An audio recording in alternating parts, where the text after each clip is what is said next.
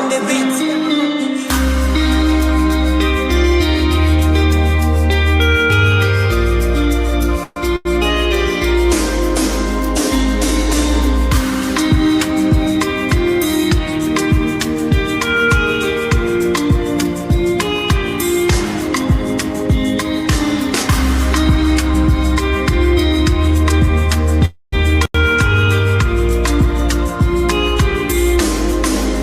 See mommy Nkechi, a rapper don't tell she the new for grave where my uche day Papa Emeka.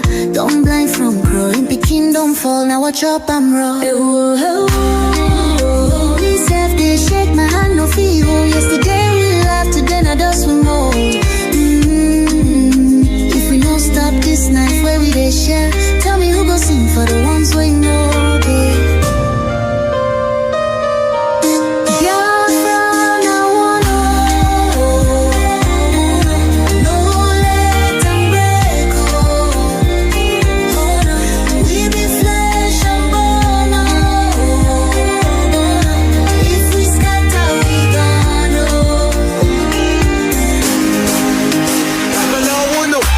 Chine do voice from under the soil. Brother, don't let my blood turn to oil. Little Ada they ask where my papa go. Her small hand they shake, she no sabi this woe. I beg my people see this fire we burn. Now our house they blaze, now our future they turn. We go tell their ghosts we no go fail you. If we hold this love, that death go burn you. Don't make me try you. Back up in the day. I beg my people see this fire we burn. Now our house they blaze, now our future they turn. We go tell their ghosts we no go fail you. If we hold this love, that death go burn you.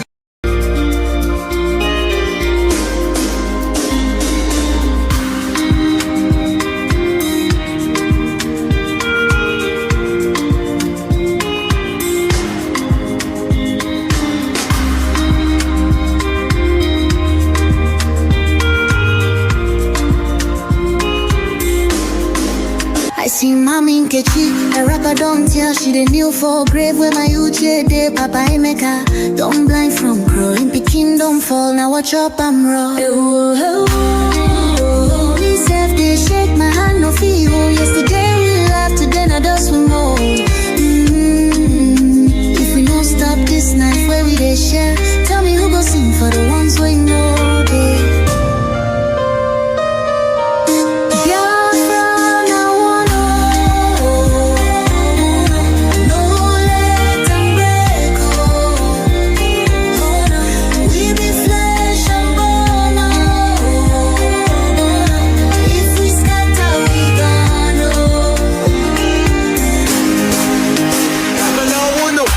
Chine do voice from under the soil. Brother, don't let my blood turn to oil. Little Ada they ask where my papa go. Her small hand they shake, she no sabi this woe. I beg my people see this fire we burn. Now our house they blaze, now our future they turn. We go tell their ghosts we no go fail you. If we hold this love, that death go burn you. Don't make me try you. Back up in the day. I beg my people see this fire we burn. Now our house they blaze, now our future they turn. We go tell their ghosts we no go fail you. If we hold this love, that death go burn you. Oh, make me try you. Back up joins with a trembling. Oh, hey. If we no join now, our children go so.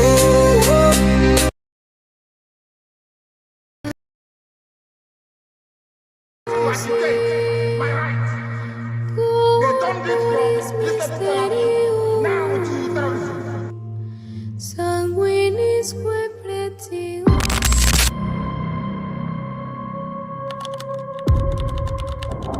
Breaking news reaching us now. The leader of the indigenous people of Biafra, Mazi Nnamdi Kanu, has been arrested, extradited to Nigeria, and is right now being arraigned at the Federal High Court in Abuja. Kanu is facing charges bordering on treasonable felony instituted against him at the Federal High Court.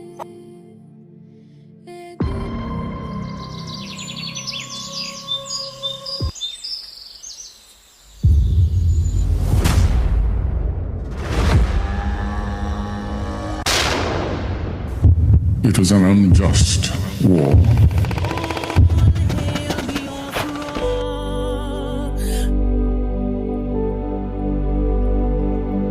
Long ago, in the heart of Biafra, a nation was born from the ashes of war. A war that scarred the land and its people, yet it never killed the spirit of freedom. The war aim of Biafra is purely to prevent ourselves being slaughtered, nothing more.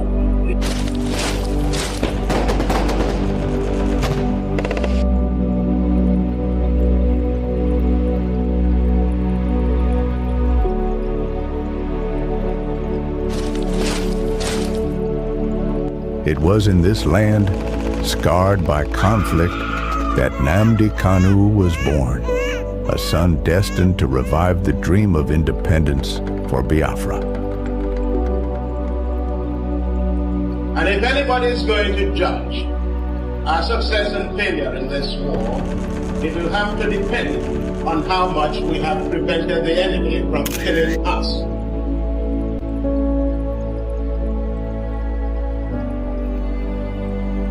Raised with the echoes of his ancestors' struggles, Kanu understood that the wounds of war ran deep in the hearts of his people.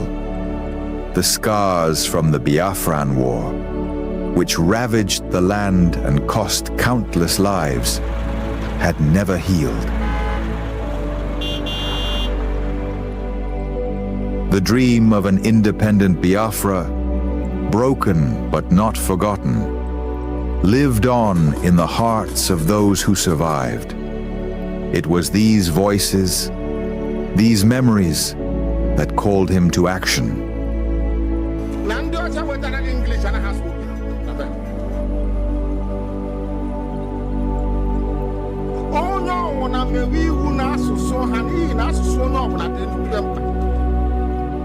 As Nnamdi Kanu grew, so did his voice.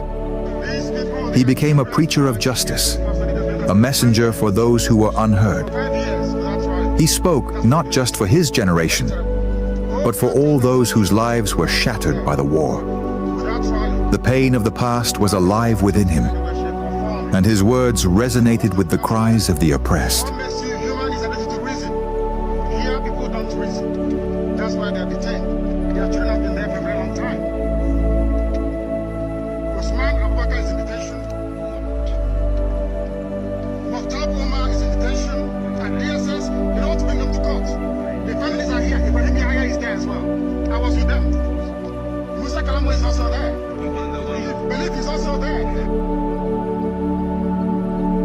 But as Kanu's message spread, so did the fear of the establishment. His calls for self-determination grew louder, shaking the very foundations of the government. They feared the revival of a Biafran spirit, one that could awaken the wounds of the past and ignite a new conflict. And so, they moved against him.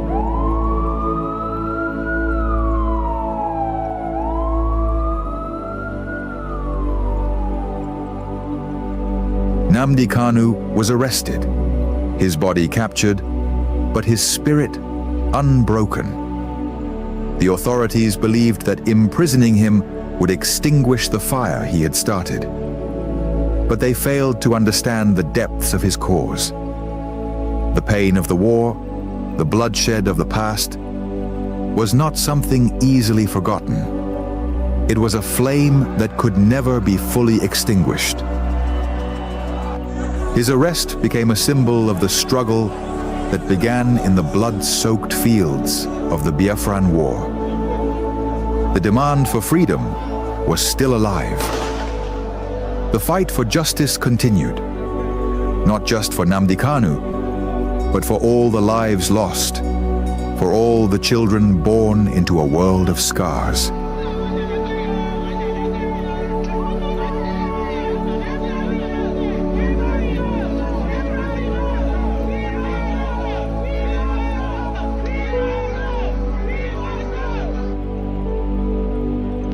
The fight for Biafra is not just his fight. It is the fight of all those who have ever dreamed of a free land. And though the past may haunt the present, the future is still unwritten. As long as the story of Nnamdi Kanu is told, As long as the voices of his people rise, the dream of Biafra lives on.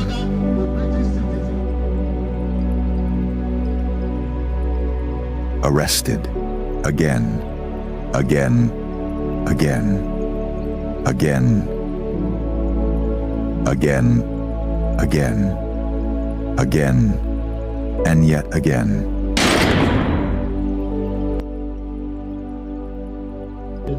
I agitate for Biafra. I agitate for Biafra, my right to agitate, my right. They turned it from treasonable felony now to terrorism.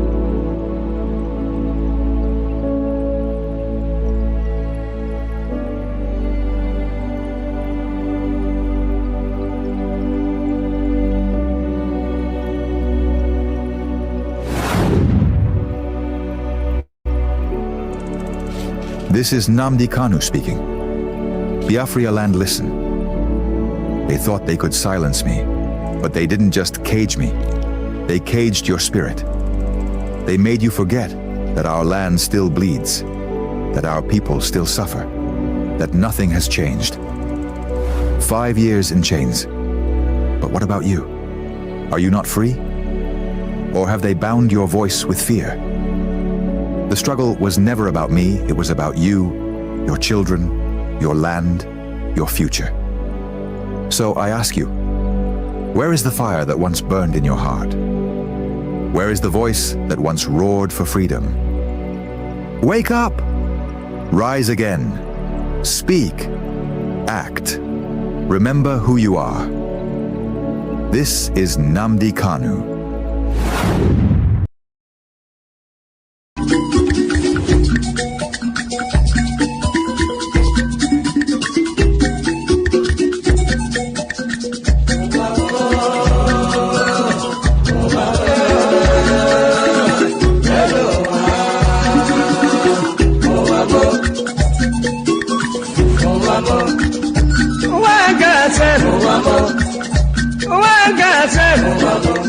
This is my wicked word. This is my confusion word. Listen to Palibran. Palibran. I will be telling you a story about one lady girl. Pali they go to work. Pali they work for bank. Then I enter for motor. The driver they go. The driver they go. Opposite Udi. But the right hand side. Along Gusukudu Road. I see people run. I see people run. Then I ask the driver. The driver waiting they happen. The driver waiting they happen. The driver tell the Pali boy. See no day for talk. See no day for talk. If better you take your eye and see. Then I call the driver. The driver waiting. The driver waiting.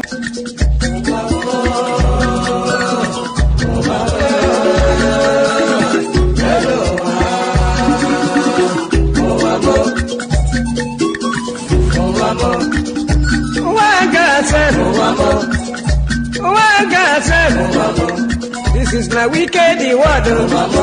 This is my confusion word. Listen to Palibran. Palibran. I will be telling you a story about one lady girl. Pali they go to work. Pali they work for bank. Then I enter for motor. The driver they go. The driver they go. Opposite Udi. But the right hand side. Along Gusukudu Road. I see people run. I see people run.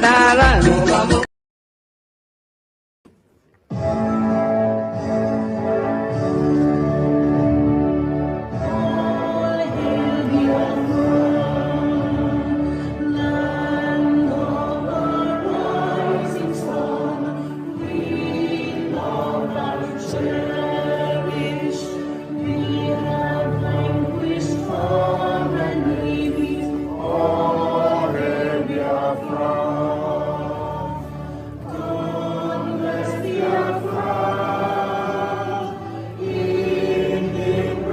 cross, starting, singing, our Biafra.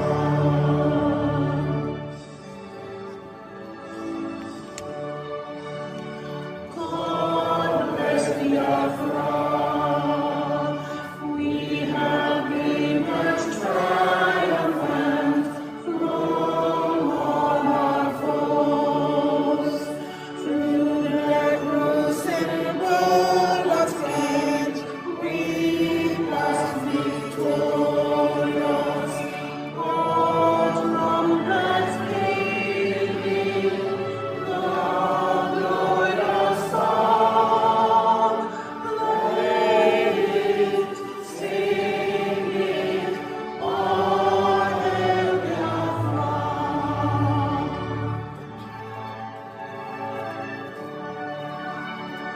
All hail Biafra. We shall always remember all that perished in the struggle for our freedom.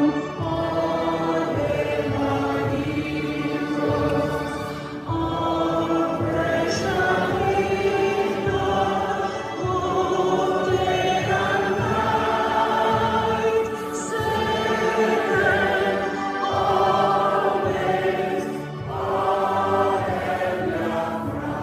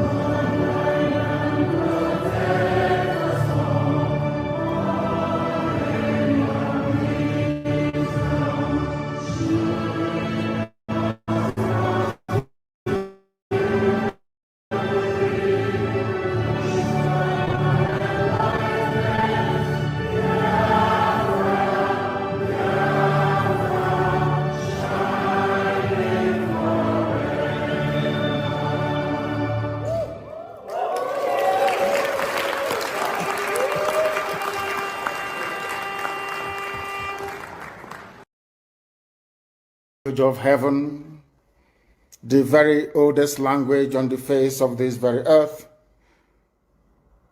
Chukwu okike abịa mapụrụ m ihe niile, Chineke na onye ndị nsọ na-efe wee na-akpụ isi ala nye onye anyị na-agọzi aha nsọ ya mgbe niile, onye anyị na-aja mma wee na-eto, anyị enweghị iche ọzọ ewezuga gị.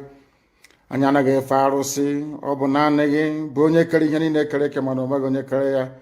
Ọ bụ ya mere ndị Igbo ji wee na-etu gị ebighị ebi.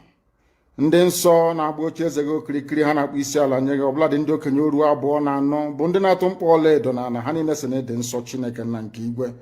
N'ụtụtụ a, ehihie, abalị, n'ụwa niile bụ ebe ụmụ gị gbasasịrị ka ụkpaka nna nke ebere dị ngọzi, ka anyị na-akpọkọta ha eze ebube onye ime eluigwe, wee na-arịọ gị ma mma gị na ebere gị, amara gị na ọmịiko gị ebe ndị gị nọ. Anyị wee na-arịọ ka iru gị wee chaa n'ebe anyị nọ. Anyị wee na-arịọ gị ezi ebube dị ngọzi, ka igwe tinye ọgbaghara n'etiti ndị iro, ka ha rabụ ndị kụziri ka ha wee megide anyị, onye nwe m na Chineke nna dị nsọ, ka aka nsị ndị dị etu a wee baa ha ọnụ, ije obodo ekwensu bụ zuu wee laa ya n'iyi. Anyị wee na-arịọ gị, onye na-adịgide ma ruo mgbe ebighị ebi,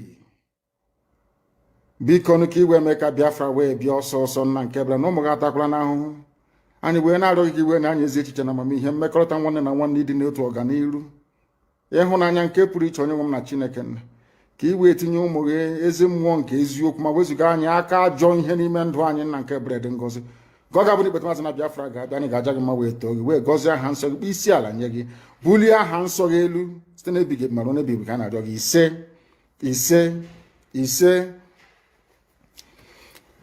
This very morning, all of you, I believe that those who are watching know who we are and why we do what we do. My name is Nnamdi Kanu. I am the leader of the indigenous people of Biafra all over this very planet Earth, the director of Radio Biafra and Biafra Television, and by the very special grace of the Most High Elohim, Chukwu Kikabi Amapurumi Henine, servant of the wonderful people of Biafra.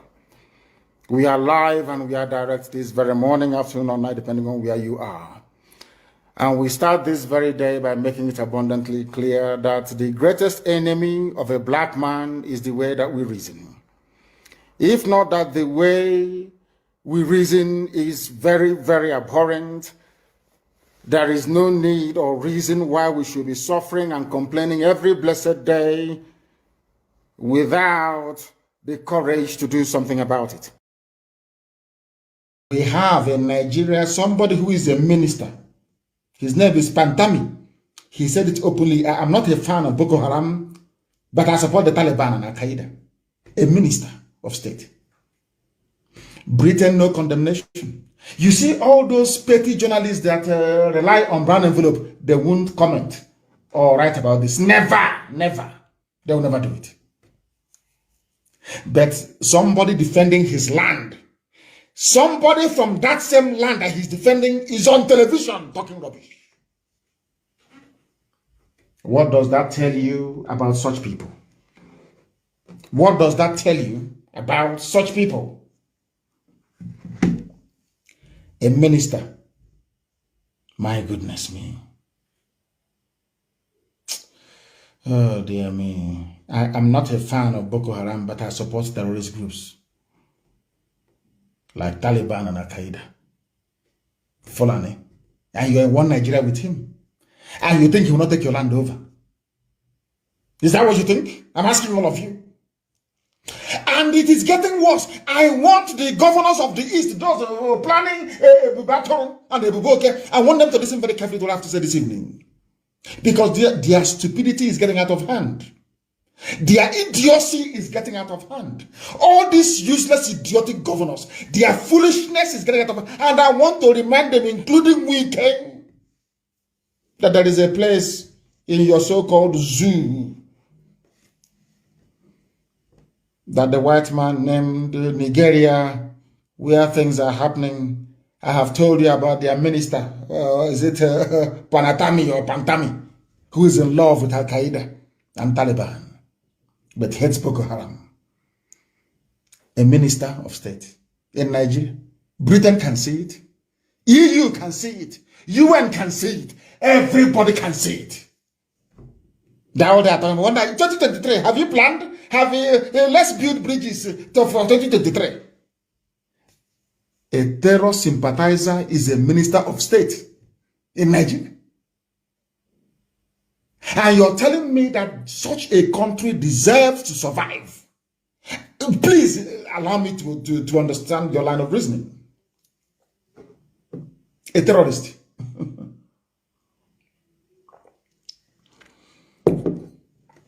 Why have they not designated Fulani bandits a terror group, or Mietiala to be more precise? Why? Ask yourself this question. But they hurriedly proscribed IPOB with the help of these foolish governors. These same people are forming a, should I call it a vigilante group? No logo. Nobody has been employed so far. No arms, no vehicles. They're now saying we'll go back to the House of Assembly to see what they only announced it to try and steal the thunder from ESN. That's all. A show is just what can I put it? A ruse, more like trying to deflect attention away from ESN. The wonderful work that ESN is doing. Who are the people confronting Fulani terrorists in Delta State? ESN. Who are the people confronting Fulani terrorists in Anambra? ESN. Who are the people confronting Mieti Ala terror group in Benue? ESN. Who are the people confronting Fulani Janjaweed inside the Ebonyi? ESN. Every blessed day. Not any of the stupid, hopeless, idiotic, cowardly governors, not any of them. All they can is come out and talk rubbish on TV against their own people. But they are being slaughtered, they cannot say anything. Judgment is coming. Let me remind Wike what is happening in the zoo up north with Mieti Ala that came out 2 weeks ago to claim ownership of banditry in Nigeria. They are not doing it in the open. They know they have useless all of you, that you can no longer rise up with one voice to speak because you love money.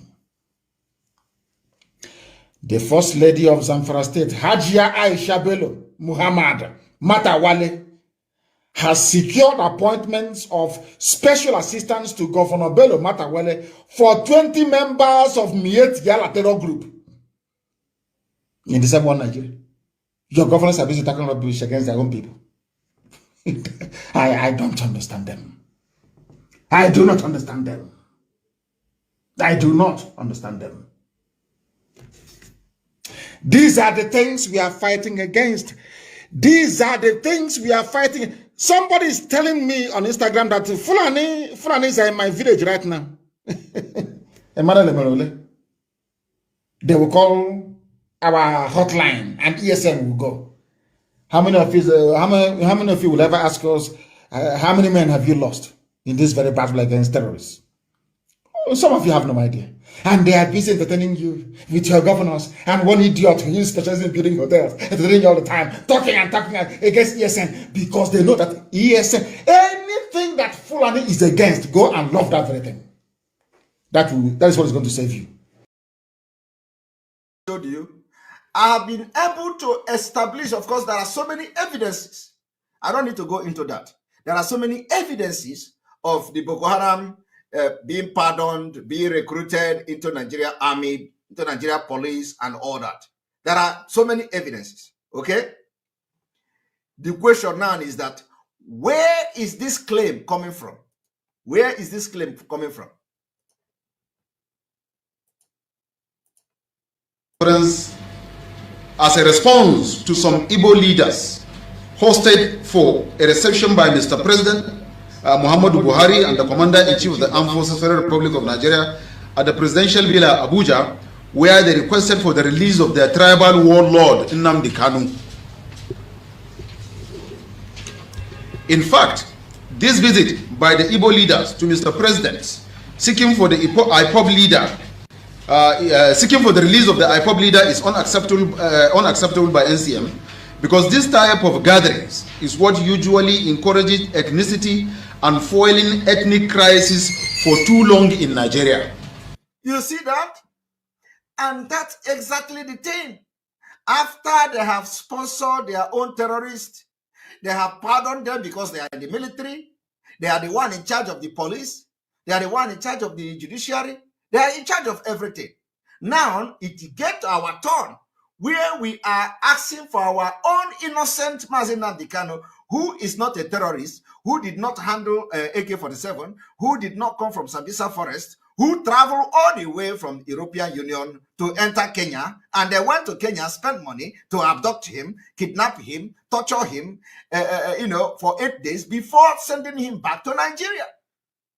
So our people now went to Abuja. It becomes a problem. Have you seen the incongruousness in the country? Have you seen the injustice? Have you seen the imbalance? Have you seen the impunity? Why we cannot continue to be in that country? Do you see that? Does that make sense to you? Only once we are asking for something. This is what they are doing. They make budget, we get the least. If the least budget, when they budget money, we get the lowest. When they want to take loan, we get the lowest. When they went to China to get loan, we did not get even 1 tenkobo. Even 10 kobo was not given to us. In the proposed Chinese loan, they share the loan to every other region. You get to us, we got zero. Complete zero. Everything that comes to us, no. And when we talk about that we are living in Nigeria, some of you, the stupid, nincompoop people, don't get it. Have you seen it? These people have been enjoying the presidential pardon since 2015. They are releasing their terrorists. They are, recruiting them into the army and all that. And the only one time we want to ask for that favor, even when a crime was not committed. Because a president have already been set. But if there is no presidency before, the court that released the Mossad members after 15 years, there is no evidence against them. It is the same thing applicable to Mazi Nnamdi Kanu. The same charges against Mazi Nnamdi Kanu, they are charging those people. Are you aware of that? Are you aware that it is the same charge They charge those 19 people of Mossab is the same charge they are charging Mazi Nnamdi Kanu. They charge them for terrorism. They charge Mazi Nnamdi for terrorism. They charge them for treason. They charge Mazi Nnamdi Kanu for treason. They charge them for the only thing they charge Mazi Nnamdi Kanu, which is not existing in Nigerian law, is this subversive campaign, which is sedition. It is not. It has been abolished. You can't even take anybody to court in Nigeria for sedition. But what did Malami do? Malami included sedition in the charges against Mazi Nnamdi Kanu, and he is Attorney General of the Federation, not knowing that it has been abolished in 1983. As far back as 1983, sedition cannot be taken to law or to court to sentence person in Nigerian law. But Attorney General of the Federation, who is supposed to be advising the president, advising the country, advising Nigeria in their legal issues, included sedition. Although they changed the name from sedition to subversive campaign. But it is the same thing. It is the same thing in law. They only change the name. It is the same thing. You can't take people to court in Nigeria and sentence them for sedition. So now we just want one thing. Release our innocent people. They are saying we are setting a dangerous precedent. They say we want to start tribal. Why they have enjoyed this tribal thing for many years now? They have been enjoying it. They have been enjoying this tribal thing for many years. I want you to watch.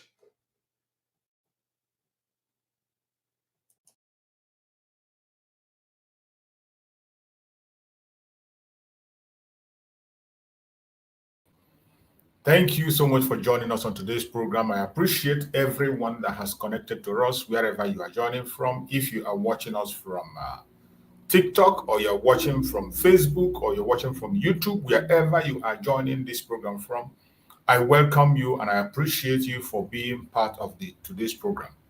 It is a special program. It doesn't matter who hosts it. It doesn't matter where it's hosted. It concerns us, and it concerns us in all ramification. I welcome every one of you. For those who are joining us for the very first time on this platform, and those who are going to come across our video for the very first time, I want to remind you, in this platform, we promote the cause of Biafra. In this platform, we stand for the freedom of the Biafran people. In this platform, we stand for humanity. We promote humanity. That is what we do in this platform. In this platform, we do not come here to instigate violence. We don't come here to preach hate. We do not come here to attack people or individuals. We do not come here to attack any race or religion. What we do in this platform is to present Biafra as a remedy to the world, as a remedy to the failed state Nigeria. The only remedy to the failed state Nigeria is Biafra. That is what we present. In this platform, we debunk every lies against the Biafran people, against our Prime Minister, Mazi Simon Ekpan Joko, against our Supreme Leader, Mazi Nnamdi Kanu. This is a platform where we come to air our opinion. I don't care your orientation. I don't care where you belong to. I don't care your location. I don't care about your religion. I do not care your camp you belong into. You can be in any group you wish to be. That's your business. I don't care about that. What I care about is the freedom of the Biafran people. That is my concern. The freedom of my people. That is my concern. If you're a lover of freedom and you care about humanity, you will enjoy your stay in this platform. But if you're one of those who do not want to see people united, you don't want to hear about unity. You don't want to save humanity. All you care about is yourself. If you're one of those who is concerned about only personal interest, you will not enjoy your stay here. In this platform, we give room for everybody to air their opinion. You are entitled to your opinion. Nobody's going to insult you. I'm going to stop you. Nobody's going to stop you. You have all the time to express yourself. Say things the way you feel it. Express yourself the way you feel it. Be free to air your opinion. Give your own speech. Whatever it is. If you have a superior argument, contrary to what we believe and what we are doing, it doesn't matter whether you are a one Nigerianist, whether you are from other African countries, you are from other planets, and you want to speak to us. Join us on this platform.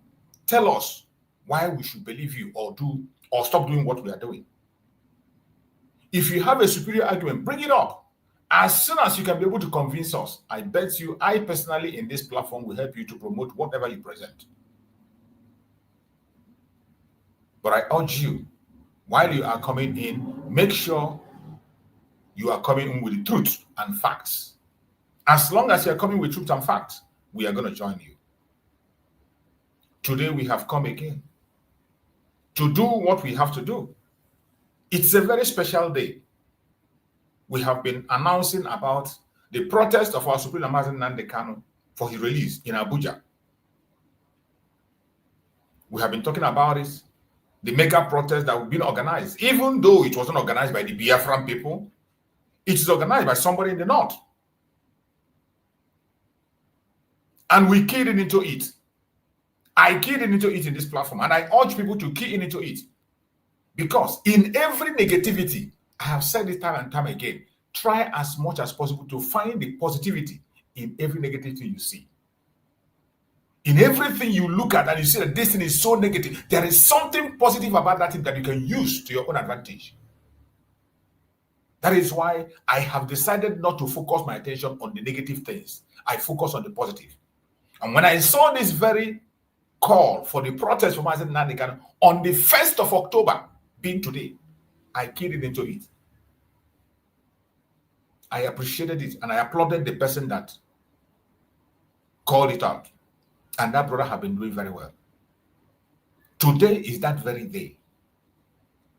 And we are looking forward to get information on the ground on what is happening on that very protest in Abuja. Today is a very, remember, today is their so-called independent, a day that the slavery of Nigeria was signed and sealed without anybody's knowing. The slavery that Nigerians are facing, the suffering, the crying you are hearing every day, it is today, 1st of October, that it was officially signed and sealed. That is why this protest of Mazi Nnamdi Kanu on the 1st of October is key. Any responsible and reasonable Biafran, any responsible and reasonable Igbo man must key into it. Anyone that cares about humanity must key into it. If you care about the Zoological Republic, you must key into it, even if you are not an Igbo person. If you care about humanity, you must key into this very protest because it speaks volume. 1st of October, a very significant day. And to show you that Nigeria is a failed state, do you know they canceled the parade on the 1st of October?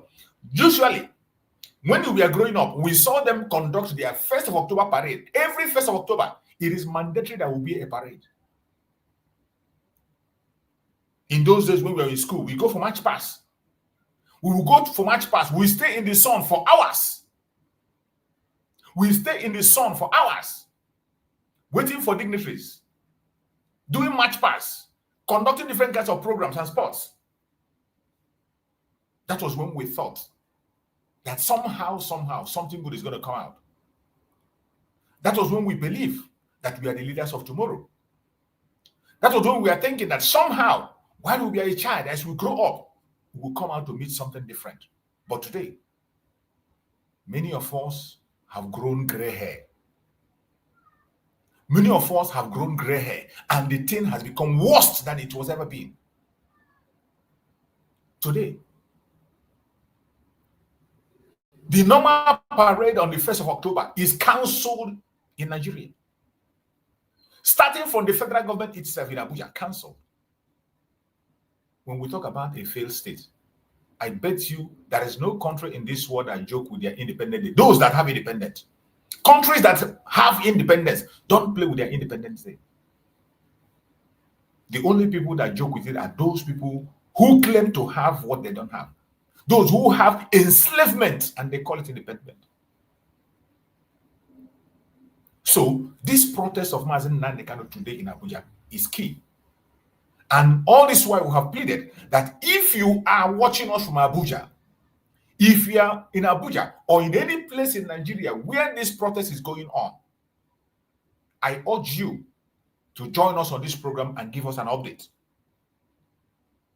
In as much as we know that the protest is not going to be as expected because it is about the Igbos.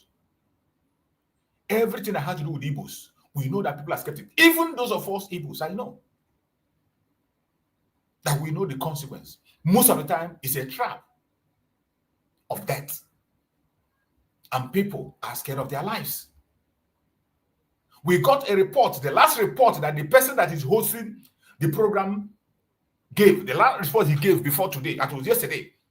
It was a very disappointing report, but I'm not surprised. And I wasn't discouraged because I know for those who refuse to respond and those who refuse to come, more especially our Igbo people that refuse to show up, it is sad. But at the same time, I know where they didn't come. This is why we must get out of the zoo, because we have been in the zoo for a long time that fear has become part of some of us. Fear has become part of so many of us that we can no longer be able to exercise our freedom. We can't even speak. They said freedom of speech, but freedom after speech is not guaranteed. Freedom after speech is not guaranteed anywhere. And because of the tyrannic nature of Nigeria, you can imagine somebody like Mazi Nnamdi Kanu, the supreme leader of IPOB, the supreme leader of the indigenous people of Biafra, supported by everyone, has been held in captivity for a good 5 years, yet there has not been any mega protest in Nigeria. You should know that something is wrong. Something is wrong. There has not been any mega protest nationwide, even in Biafra land. Even in Biafra land, the only time we had a protest in Abia State, you know how many people were lost. You know how many lives we are lost. A peaceful protest, no arm, a peaceful protest, only singing with placard alone. And today we got this opportunity to make our demand, to make our voice heard. 1st October is key. So many media networks are keyed into Nigeria to see what is happening. So many organizations are focusing on Nigeria today. So many world leaders are paying attention because it's a day of enslavement. This very day of enslavement of Nigeria is very key. So when I heard that it was made a day for protest, I was encouraged.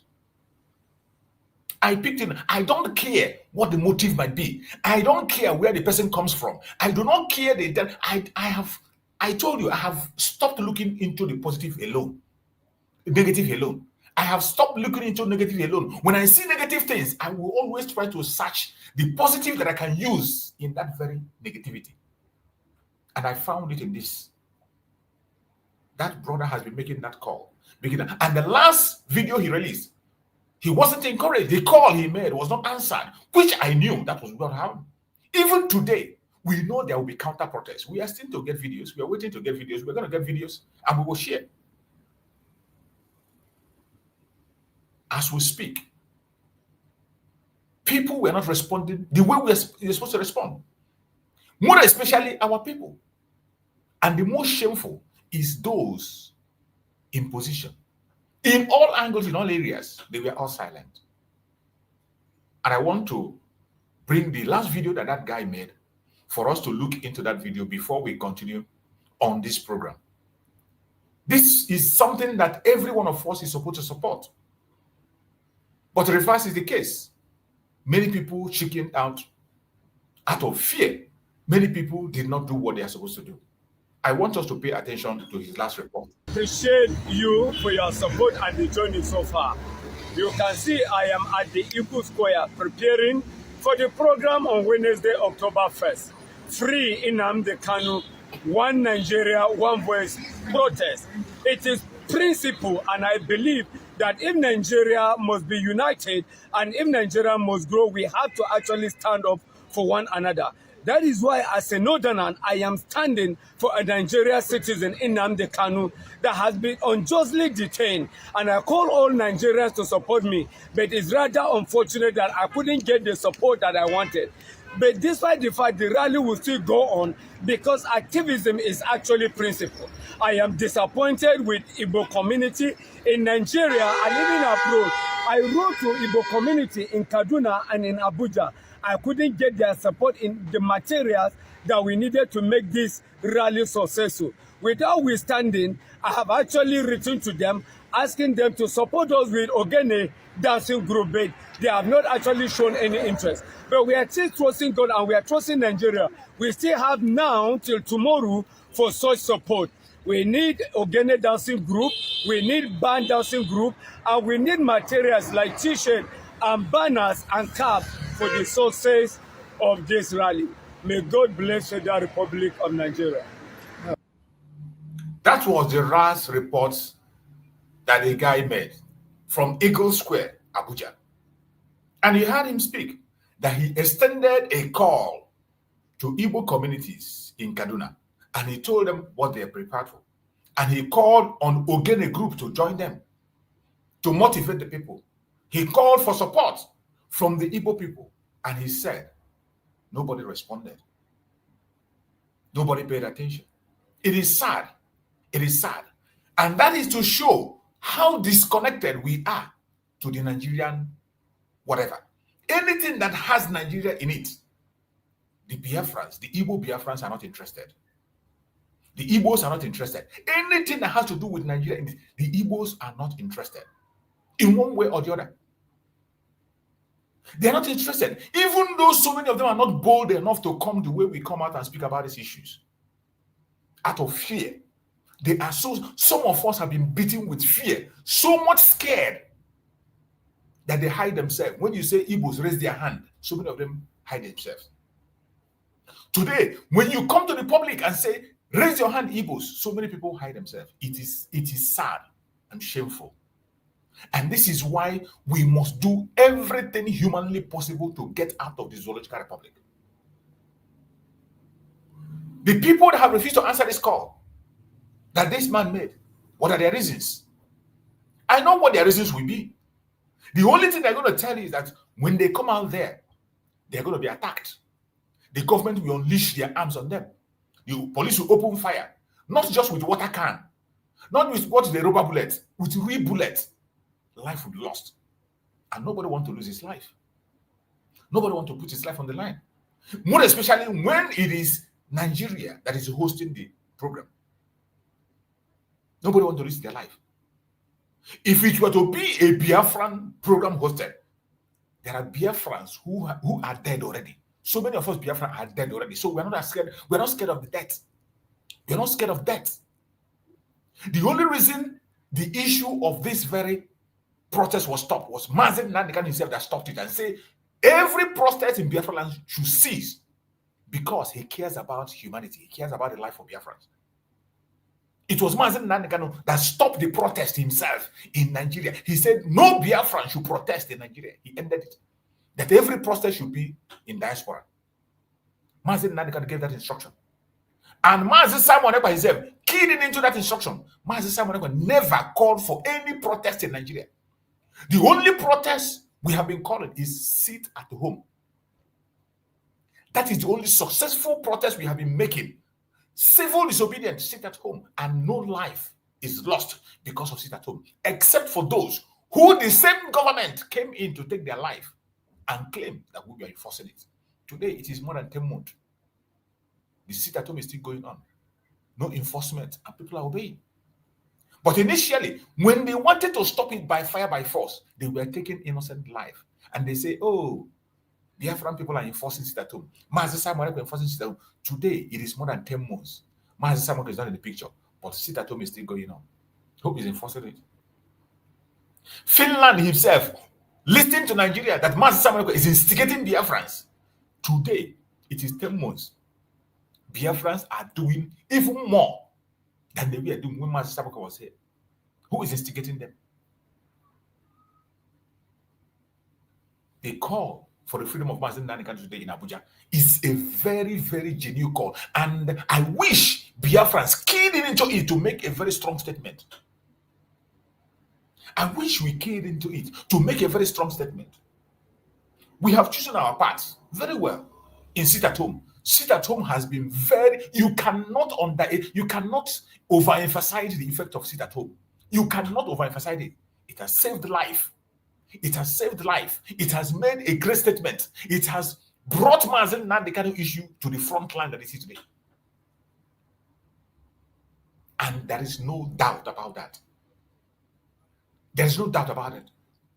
And this call today in Eagle Square, I still believe we are waiting to get the final update that is going to come. I know that people are going to turn up, even if it's not going to be the way we expected it to be. But I know that people are going to turn up. And we will continue to be here and following up until we get the update that is coming. And if you're watching from Abuja, if you're watching from Nigeria, any part of Nigeria you are, tell us what is happening in your area. Let us know. It is the day they call their fake Independence Day. My fellow Biafran people, lovers of freedom across the world, wherever you are watching us from, we have come again today. Everyone that is watching us across the world, all lovers of humanity, lovers of justice across the world, today is October 1st. A day Nigerian calls Independent Day. Today is October 1st. Nigeria themselves call it Independent Day. But the big question is, independent for who? Freedom for who? Justice for who? That is the question that everybody should be asking. Independent for who? Freedom for who? Justice for who? While the Nigerian government is busy beating drums of fake independence, the voice of truth is rising louder across the whole world. The voice is the October 1st mega protest for our supreme leader, Mazi Nnamdi Kanu. That is the only voice that needs to be heard today, 1st of October. And that voice says, clearly, the Igbo people, the Biafran people, are not part of Nigerian failed project. This very protest of Mazi Nnamdi Kanu today clearly shows and make a loud statement to the world. What he says is the Igbos, the Igbo people, the Biafrans are not part of Nigeria's failed project and will never be.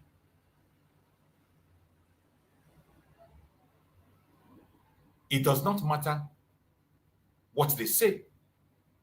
It does not matter what they do. It does not matter under which umbrella they operate. The message is clear. And that was why when I saw that very request for protest, I keyed into it. And I wish that every other media personality, wherever, no matter how big, how small your own handle is, we are supposed to make it a memorable day.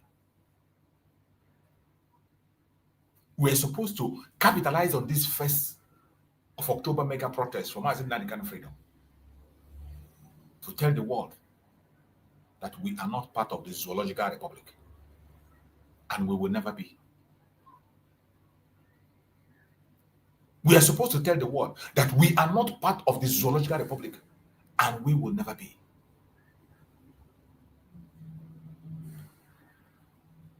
Nigeria's evil plans and projects will never, ever, ever change us from whom we are.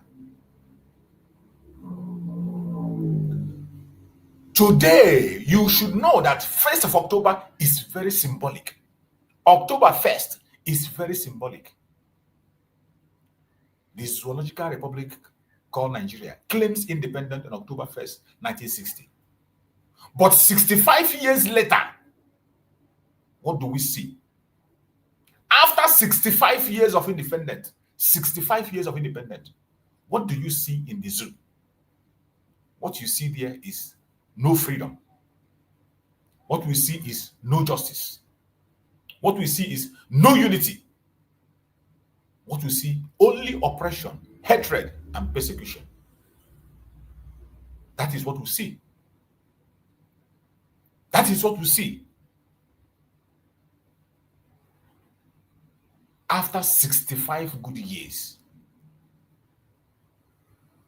wherever you are watching from, I appreciate every one of you. Ezugu, Holy, thank you so much for joining. Ezugu, go ahead and talk to us. Ezugu, I think you're on the way. Talk to us. Okay. Let's hear you. Good morning, sir. You're welcome, my brother.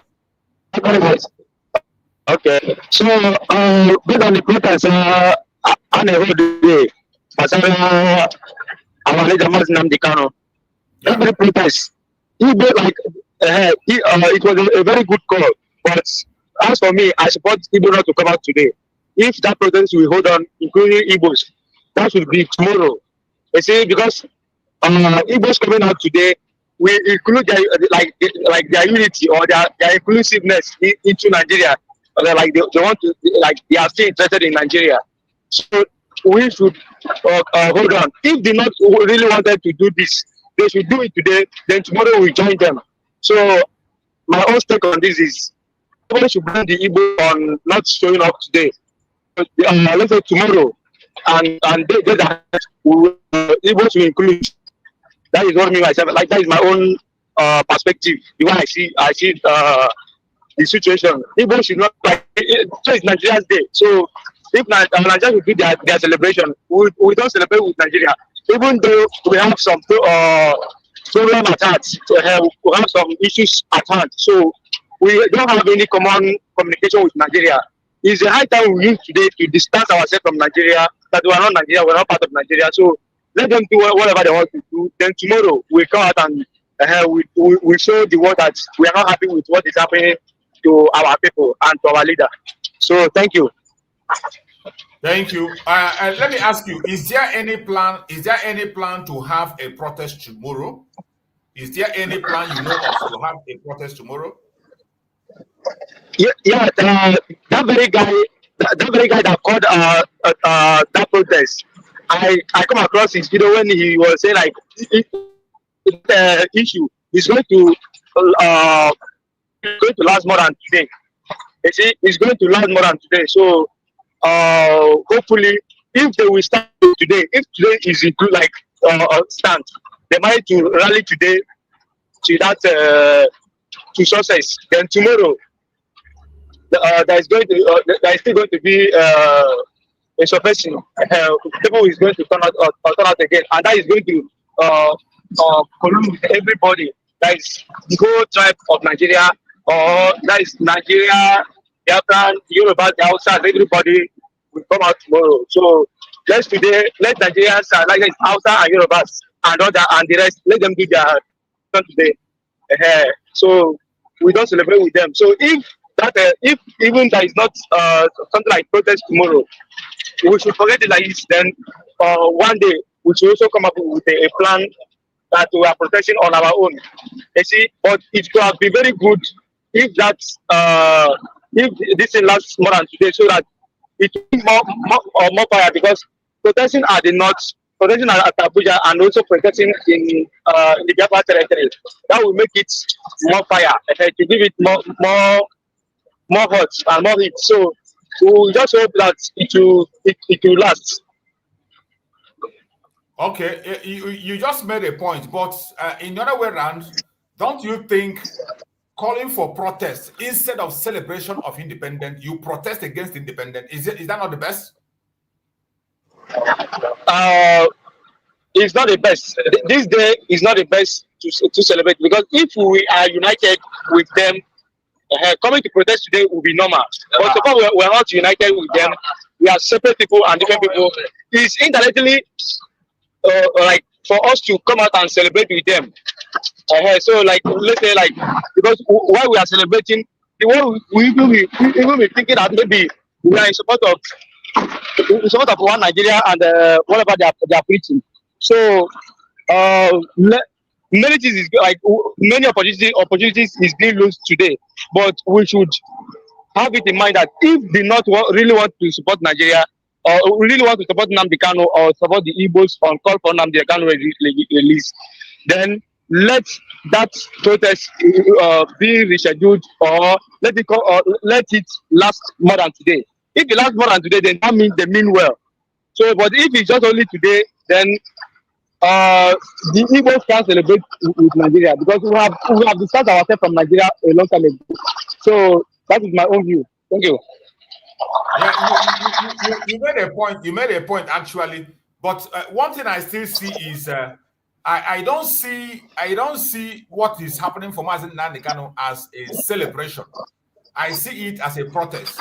And I was looking from a different direction. In as much as you are making sense in your own direction also. Even when I saw it the very first time, I knew that Biafrans would pick offense.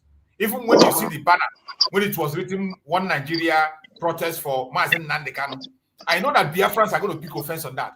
But I was thinking of capitalizing on what we have to achieve what we want. And again, I picked something from what you're saying. When you were talking about joining tomorrow, I would have thought that maybe those who has a different point of view would have reached out to that guy and tell him to extend the protest to about 2 to 3 days. So that when they do the first day, on the second day, just as you said, the Biafrans can come out in mass and join them. It's a good idea also. But distancing completely from it, personally, I don't think it's a good idea, in as much as you have a very good point on what you said. Thank you so much. Thank you so much for that. Your contribution. I appreciate your line of thought, and so many other Biafrans are watching. So if you have a different view also, if you have a different view, a different point of view on what we are discussing, you can come out and say. Go on, my brother. Go on, I'm listening. Go on, my brother. You are talking.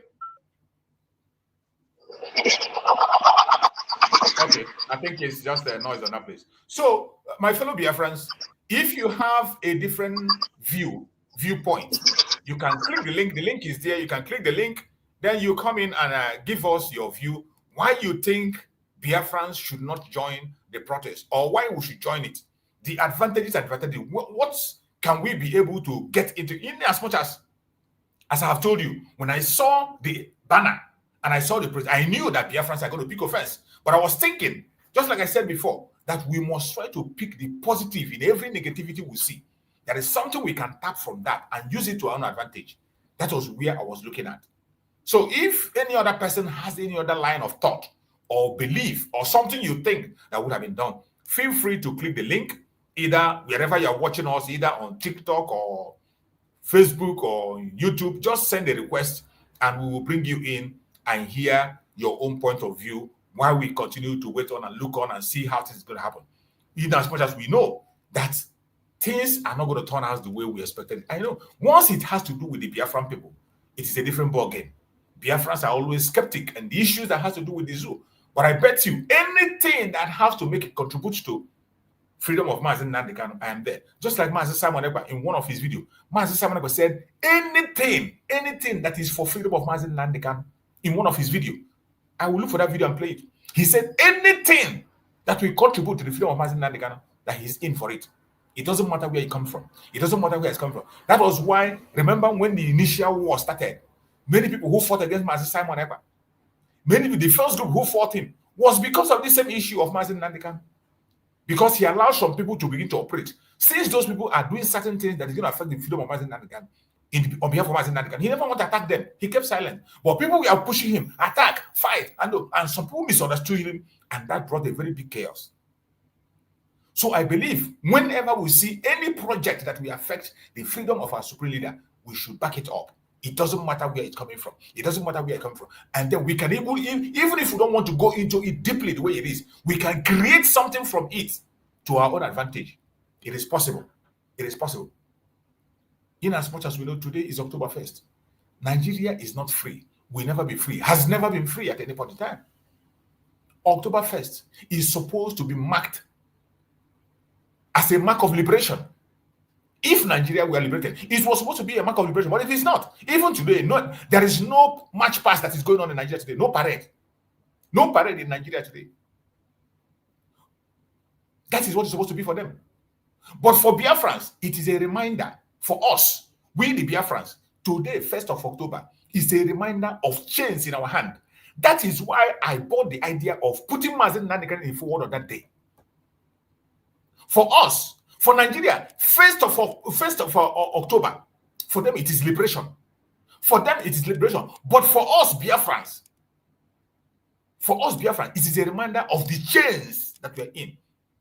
Then using Mazi Nnamdi Kanu, who is in chain today, to protest for him on that day they call a day of the liberation, I see it as a good idea. And I was expecting our people to capitalize on that, key in onto that, just try to extract something from it. Even if we don't go to the direction where they want us to go, we twist it and make it in a way that's going to suit us. That was what I was expecting. But whatever happens, we will continue to see what is going to be the outcome today. Chains of marginalization. That is what we remember today. Chains of marginalization. That is what you remember in October 1st. Chains of killing. That is what we remember today. Chains of injustice. That is what we remember today. October 1st. Whenever there is October 1st, what the Biafran people remember is the chains of marginalization, chains of killing, chains of injustice. That is why today's mega protest is not just symbolic. It is prophetic. It says Nigeria and the world, we refuse to be silenced. We refuse to be silent slaves in a country that hates us. We refuse to be silent slaves in a country that hates us. That is a strong statement we are supposed to make today. A very strong. You don't just run into your house and hide. You don't just get scared. You don't just run away. You don't run away from the battlefield. We need to show them that we are not scared. This protest today matters a lot. It matters a lot. I wish that my Biafran people should have keyed into the advantage of it. Look into it, take something, extract something from it to our own advantage. To our own advantage. The mega protest for Mazi Nnamdi Kanu today is not just about one man. It is not just about one man, Mazi Nnamdi Kanu. No. It is about the unlawful detention of freedom fighters across the world. Freedom fighters in Nigeria. Every freedom fighter, including our Prime Minister, Mazi Simon Ekpan Joko. Today, protest includes every one of them. There are so many freedom fighters of Biafra that are detained in Nigeria in different prisons. Innocent Biafrans who has not committed any crime. You saw the one that Mazi Nnamdi was talking about in that program that I played now. After 17 years, they were released without any charge. After 17 years in detention, they were released. Members of Mossop. Members of Mossop, after 17 good years, they were released without compensation, without any crime committed, without compensation. You can imagine what somebody could achieve in 17 years of his or her life. You can imagine what somebody could have achieved in 17 good years, and they held him in captivity. This mega protest today is about every freedom fighter of Biafra, unjustly detained, unlawful detention of freedom fighters across the world, both non-Biafrans. There are so many people who are not Biafrans that are fighting for freedom, even in the zoo, that are detained illegally. This mega protest is also for the daily killing and persecution of the Igbo people. The daily killing, genocide, persecution of the Igbo people that is happening in Nigeria. Even as we speak, it is still ongoing. Even as we speak, today being 1st of October, it is still ongoing. It is still happening. This mega protest is supposed to be a sign of rejection of the daily killing and persecution of the Igbos that is still ongoing as we speak. It's supposed to be a sign of the rejection of Nigerian fraudulent independence that has never been. Fraudulent, very fraudulent independence has never existed anywhere. Today is significant. This very mega protest is also a declaration to the world that we want Biafra and not Nigeria. While they are talking about independence, we make it clear to them we want Biafra and not Nigeria. It is either Biafra or nothing. It is either Biafra or Biafra.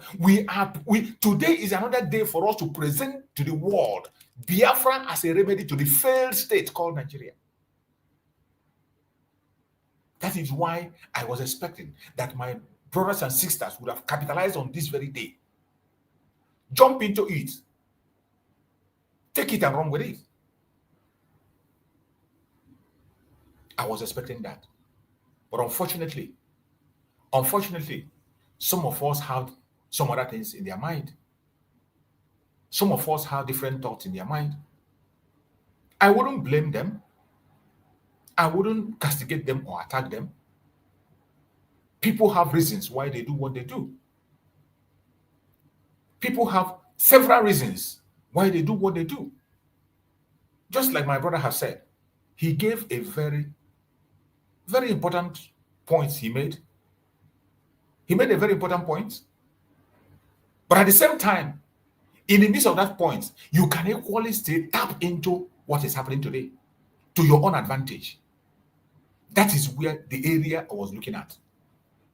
I was expecting my people to tap into this very program to our own advantage.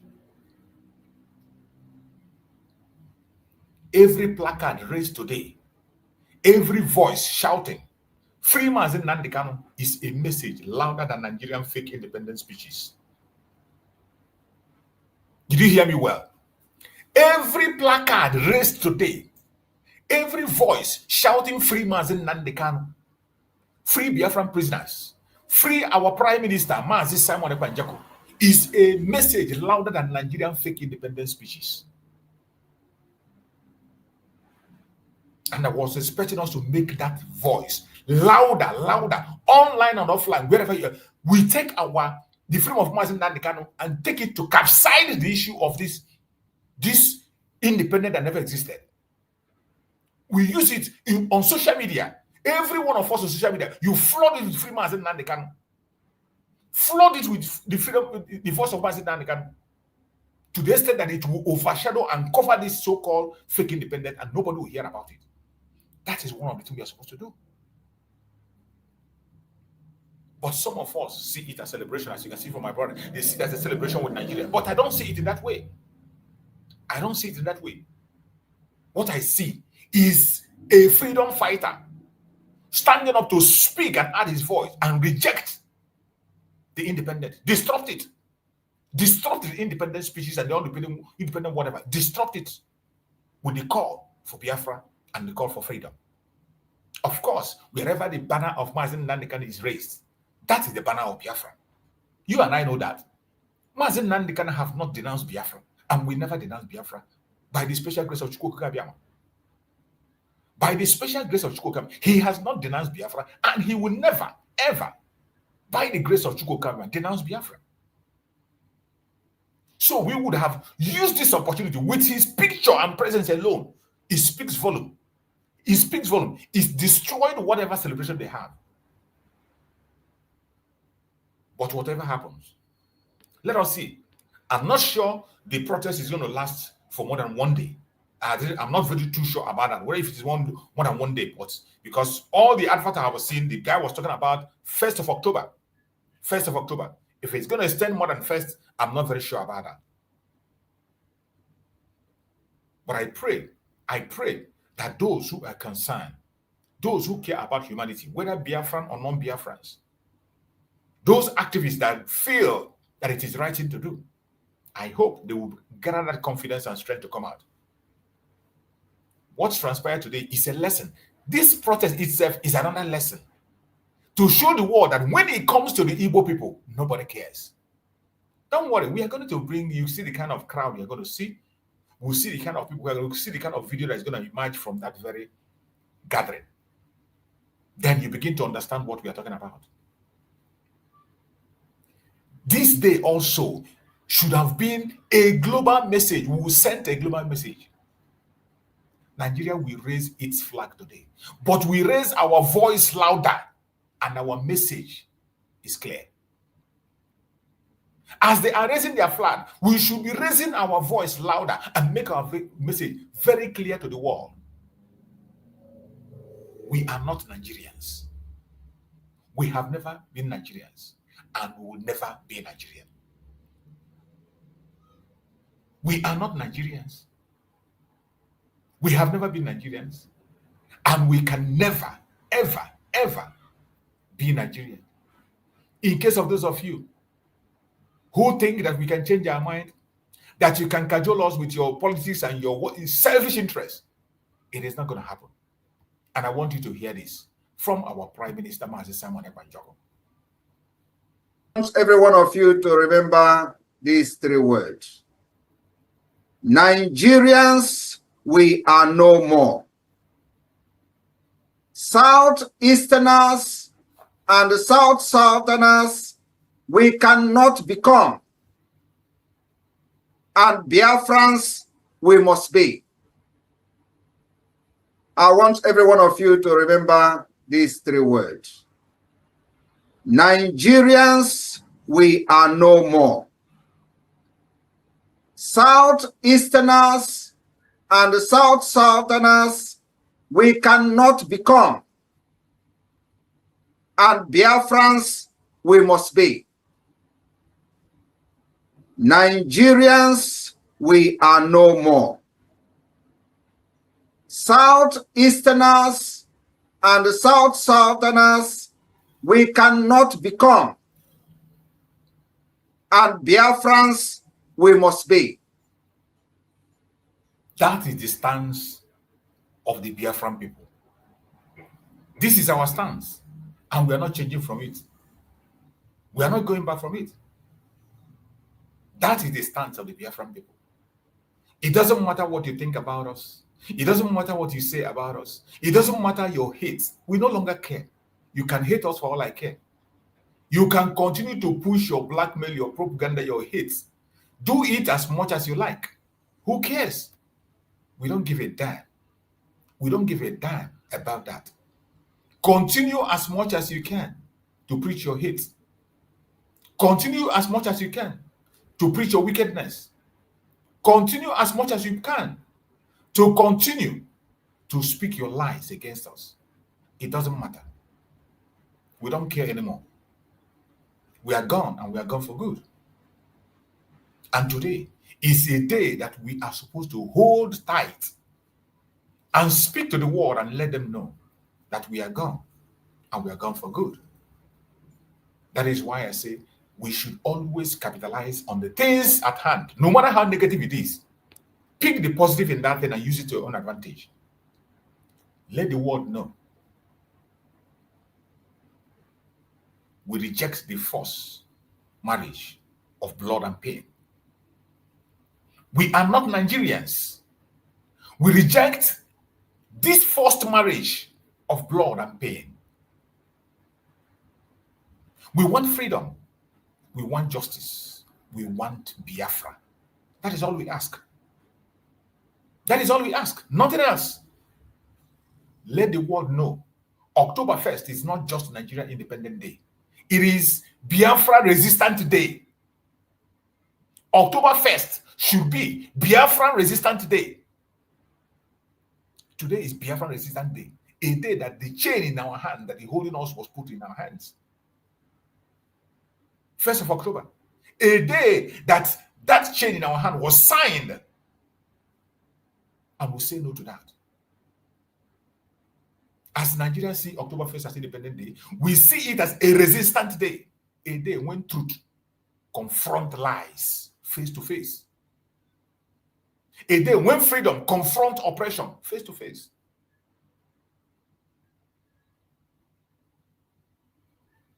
It doesn't matter who says it, where they are, and where they are coming from. We must not give up our freedom. We must not give up our freedom. Because from every indication, even this protest shows that the Igbo people are not part of Nigerian project. Looking at the way, the response to this very protest, the way things are going, you look at how everything is going in that zoo, information from their media, from the social media, you will see it clearly that the Igbo people are not part of Nigerian project. Have never been. And we don't want to be. We don't want to be. We do not want to be part of it anymore. We have never been. We are not. And we don't want to be. Get it straight. There are so many proofs to that. There are so many proofs, uncountable proofs to show that. Some people will ask, what proof do you have that Igbos are not part of Nigeria? And I'm going to give you a simple answer. I'm going to give you a simple answer. Look at the civil war, where over 3 million Biafrans were killed. Look at the civil war, where over 3 million Biafrans were killed. More than cold blood. A genocide, starved to death. This number we are calling more than 3 million people. Most of them died out of starvation. Children, more especially children, women, elderly, they were starved to death. Nobody recognizes it. Nobody cares. Nobody talks about it. It's not recognized as genocide. Pogrom was conducted against us. Pogrom. 30,000 Biafrans murdered in cold blood, including pregnant women and children. With picture, video evidence. It's not a story. These are facts. And you say we are part of the zoo? You call us part of Nigeria? We are not part of Nigeria. Look at the hatred in government policies. You call us part of Nigeria, you call the Igbos part of Nigeria. Look at the hatred in government policies. No Igbo is trusted to lead Nigeria anywhere. No Igbo is trusted to lead in any affairs that has to do with Nigeria. Nobody is trusted. No single Igbo man is trusted in anything that has to do with leadership in Nigeria. And yet, they call us part of Nigeria. And these people are not trusted. They are the most brilliant in Nigeria. Igbos are the most brilliant, most educated. Go and check their educational curriculum. Go and check their educational result. Nigeria became so jealous to the extent that they began to manipulate the results that is coming from the southeast. They began to attack result of our children. Our children will write exam. They begin to manipulate the result. And they will tell us that it glitches. That is how wicked they have become. They begin to attack the education of our children, destroying our educational system, telling us that it glitches. They go to the extent of raising our cutoff mark to the highest level and bringing theirs down. Still yet, we beat it and we go ahead, and they are not yet satisfied. They raise the cutoff mark, we go ahead and we score that cutoff mark to get, and still yet, they are not satisfied. What did they do? They create glitches to destroy our results, to destroy our performances. And yet, you want us to be part of Nigeria. You say we are part of Nigerian project. Only a mad person will say that. Only an insane person will say that. This recent one that happened attacked the educational system of the Southeast and came out and confessed that there was a glitch. What do you mean by glitches? That a child will have sleepless night, read and write exam. The place where you have the best result, the places, the states that produce the best result in Nigeria, the best student in Nigeria, yet you destroy their result. You didn't see any other place to have glitches. In northern part of Nigeria, where they don't even attend school, northern part of Nigeria, where they don't even care to write the exam, there's no glitches there. But in a place where the children are educated and strong, you told them there are glitches, and you destroy their results, causing the death of some of the students. And you call us part of Nigeria. We are not part of Nigeria, and we can never be. We have never been. Look at the marginalization. Look at the roads. Look at the industries. Look at denial of seaport. Everything in our side denied. They deny us good roads. They deny us industries. They deny us seaport. They deny us international airport. All these denials, are they not enough for you to know that the Igbo land, the Igbos, are not part of Nigeria? Biafrans are not part of Nigeria. Is that not enough for you? In the most populated African country, they call it the biggest economy, yet they have only one functioning seaport. Only one functioning seaport because of wickedness. Instead of and the area they build a seaport, they build a seaport where they have to dredge the sea to build it. But in Biafra land, you don't need to dredge anything. The closest access to the sea is in Biafra land. The closest access to the sea is even during the colonial time. The place they wanted to have the seaport during the colonial time was in Biafra land. Because that is the only place you have the closest access to the sea. You don't need to dredge. But they refuse having a seaport in that area. They went again and began to push a campaign of lies. That Igbo land is landlocked. That Biafra land is landlocked. They pushed that campaign, and some of us idiotically followed them to promote that landlocked language. They have painted that landlocked language until we begin to dissect it. Intellectuals begin to go into it and bring verified investigation to show that our land is not landlocked. In fact, Biafra land has the closest access to the sea, but yet no single seaport operational in Biafra land. Not even one. And you call us part of Nigeria. You say we are part of Nigeria. How are we part of Nigeria? How are we part of Nigeria? Even the seaport, the people that are making use of this seaport, go to Lagos, Tinkan. A time came, even the governor of Lagos was crying that the place is too congested. They can't control it anymore. That other seaport should be able. Instead of listening to that governor was sacked completely and disgraced. And they continue to start. Go to that port. 85% of the goods that are coming there belong to the Biafran people. They are the ones making use of that port. And yet, in their own land, you have refused to have a seaport for them there. And you call us part of Nigeria. You call us part of Nigeria. How are we part of Nigeria? Explain to me how. How are we part? It has become so criminality. The criminality is so much that even governors in Biafra land are part of the crime. Governors in Biafra land are joining Nigerian government because this is a written script. It is a written script that they control everything in our land from Abuja, including the governor, including your local government chairman. Your local government chairman that is under Nigeria is working for them, not for you. That is why you can imagine somebody like Oti in Abia State. Oti in Abia State, with all the things he's doing, you call a good work, open his mouth and say that the government do not have enough money to construct a seaport. A government of Abia State does not have money to construct a seaport. Abomination of the highest order.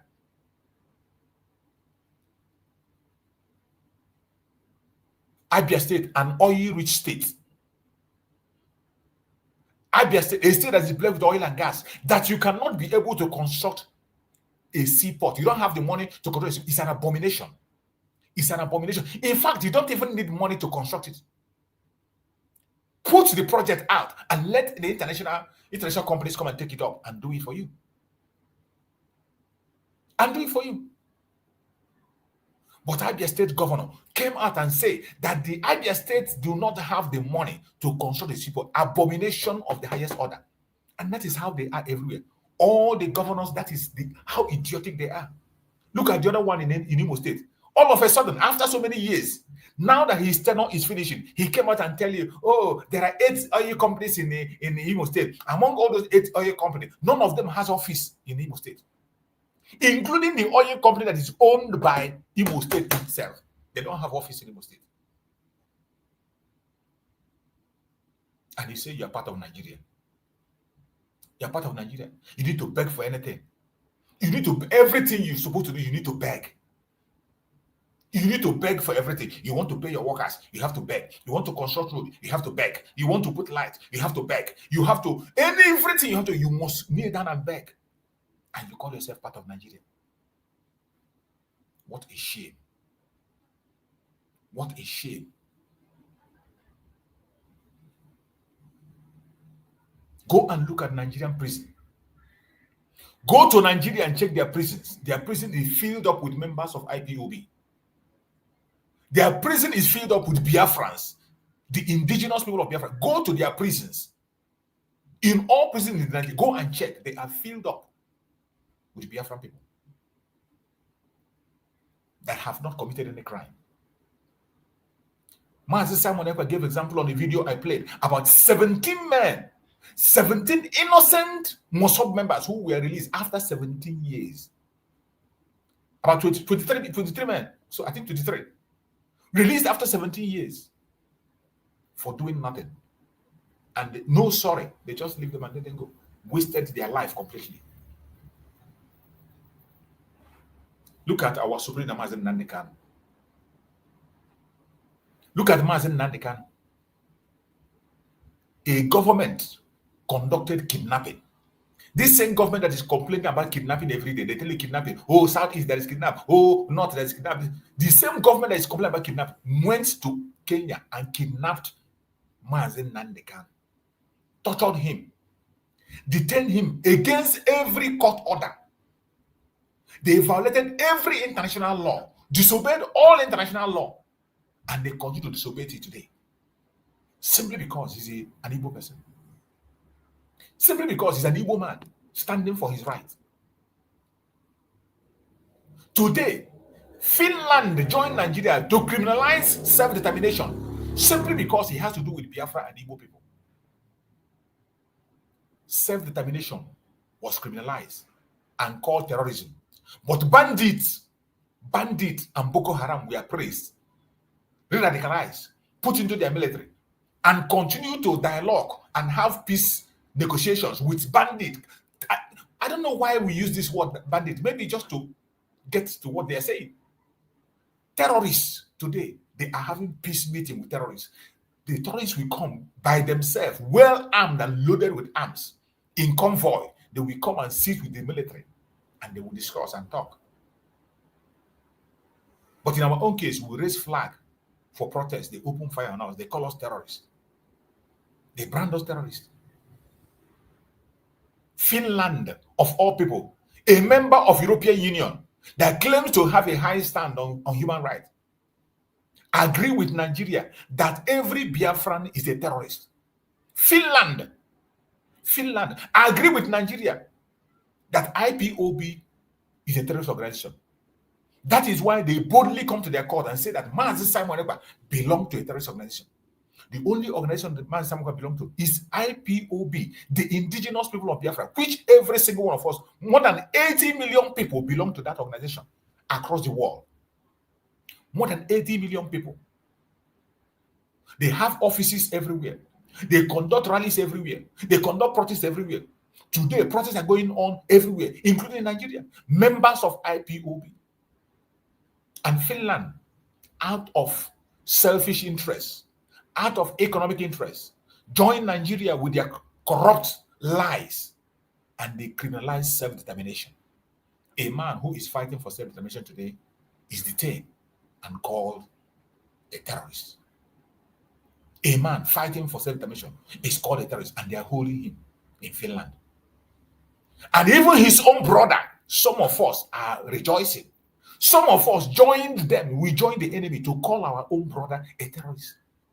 It's somebody who we know that it is Mazi Simon Ekpa that took upon himself the case of Mazi Nnamdi Kanu to make sure Mazi Nnamdi Kanu is not forgotten. He made sure until the day they succeeded in taking him out, until that day, Mazi Simon made sure that the case of Mazi Nnamdi Kanu remained the front line. He made sure that Mazi Nnamdi Kanu case continued to trend, and you can never beat it. He sustained it. He sustained it for how many years? He sustained it. But unfortunately, the evil of Nigeria has eaten deep, even into some of us, and we decided to sell out our own Some of us today, you see, even while we are talking about the release of Mazi Nnamdi Kanu, some of them forget about Mazi Simon Ekpa, and they will never mention Mazi Simon Ekpa. They will not mention it.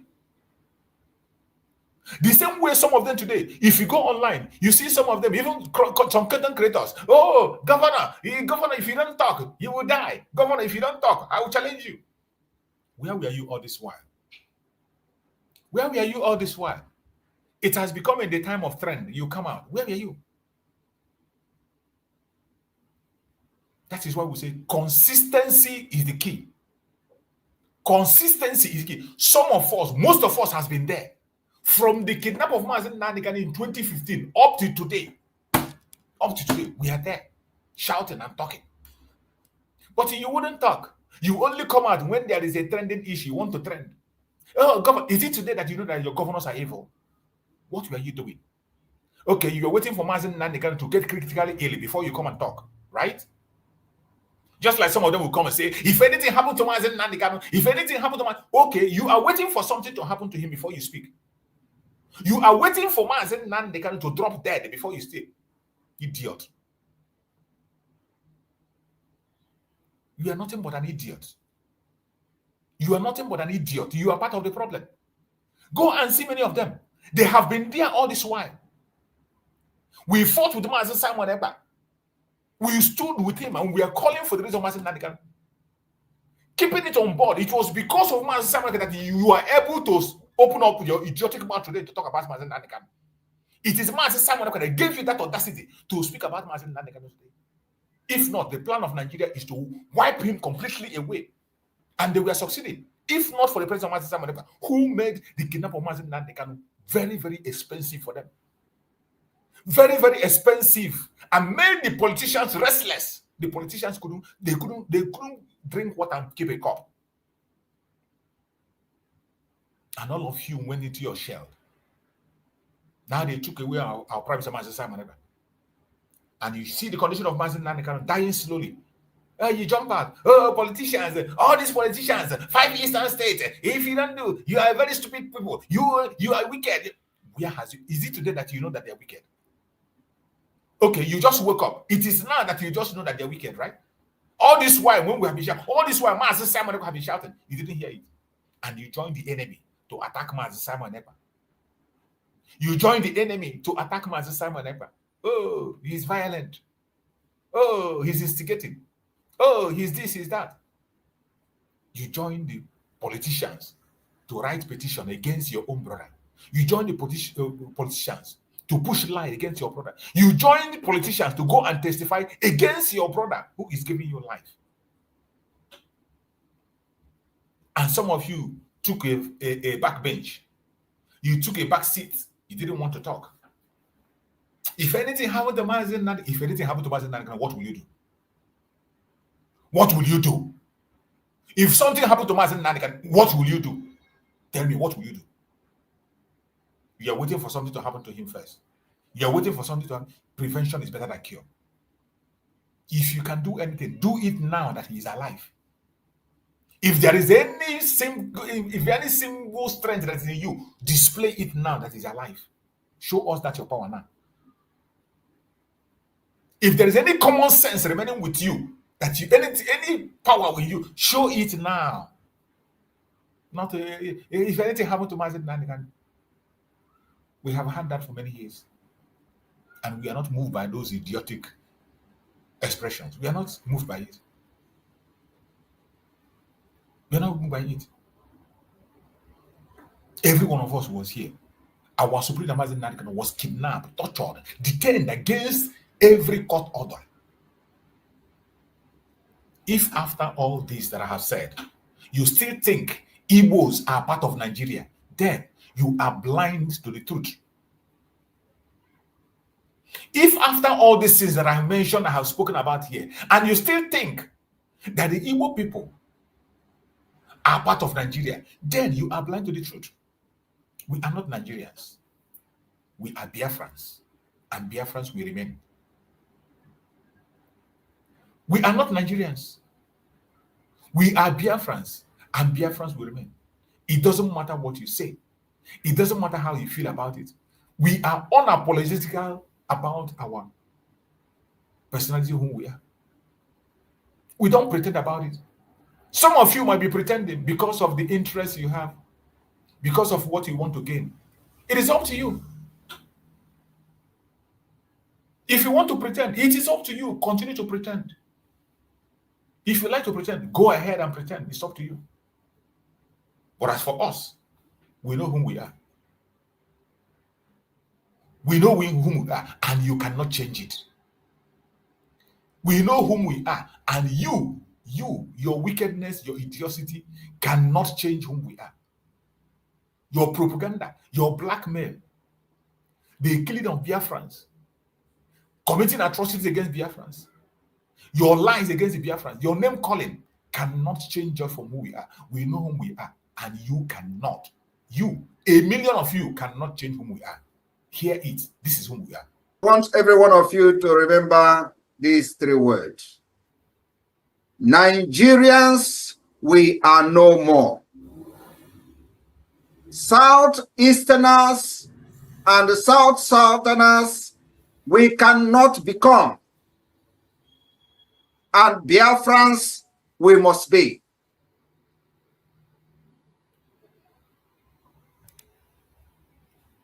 We are not Nigerians. We are not Nigerians, and we will never be. It doesn't matter. It doesn't matter how you say it. It doesn't matter the tongue you used to say it. We are not Nigerians, and we will never be. Chibike Joseph, you say you want to join. The link is there. Chibike Joseph, the link is there. Just click on the link. I will see you, and I will bring you in. You want to join the program, click on the link. Send a request by clicking on the link. The link is there on the comment section. You click on the link, I will bring you in. So, every one of us, wherever you are, don't allow the enemies to deceive you. Today is a very important day for us. A day that they put the chain in our hand. And today is a day we'll lose that chain. By standing to call for the unconditional release of our Supreme Leader Mazi Nnamdi Kanu and the release of our Prime Minister Mazi Nnamdi Kanu. Release of all Biafran prisoners that are fighting for freedom. All Biafran freedom fighters, those who are detained because of Biafra, they need to be freed. All they ask for is self-determination. And self-determination is a right. It's a right, not a privilege. It's a right. Why are you criminalizing self-determination? Simply because we are Biafrans? You are criminalizing self-determination because we are Biafrans? For how long will you continue to push your evil? How long? We will never be silent. You're welcome, Peaceman. Go ahead, Peaceman, and speak to us. Let's hear you, Peaceman. If you're there, unmute yourself. Unmute yourself, Peaceman. Let's hear you. Yeah, brother, choose. Good Brother, you're welcome. Yeah, You're welcome. I'm fine. I'm just coming from work, so I heard when you were saying something. What was your topic today, please? Today is 1st of October. It's 1st of October, the protest for Mazi Nnamdi Kanu's release. Okay. So it's today, eh? Yes. Okay. Well, I want to say something. Is that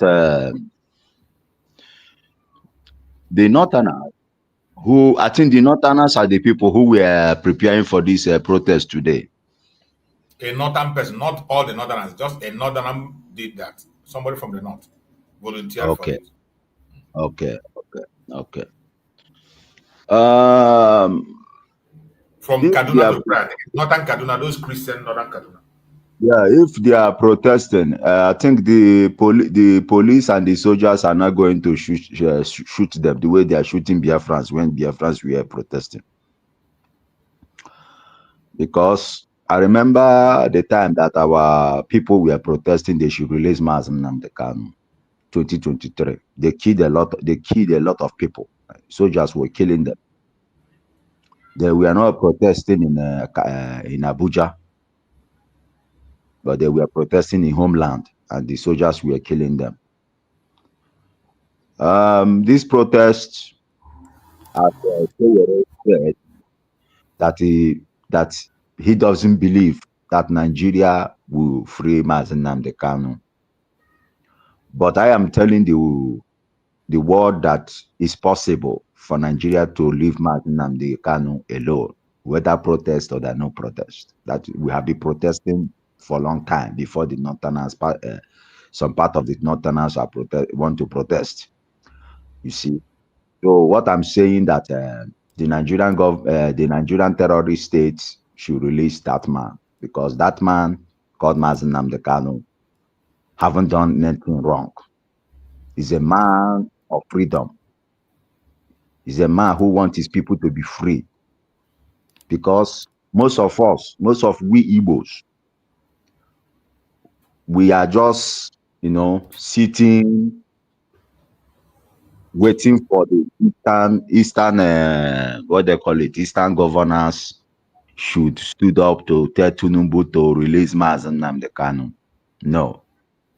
It is we, the Igbos, both in diaspora and home, that will pressure the Nigerian state terrorists to leave Mazi Nnamdi Kanu alone. Because it will be a very big shameful something that our leader, something shouldn't happen to him. But if something should happen, we don't want to say, hey, I don't know, we should have done this, we should have done. No. We should have done this, we should have done this, we should have done this, we should have done this. For me, I stand for Mazi Nnamdi Kanu to be released, because we cannot remain in Europe forever. We cannot remain in America forever.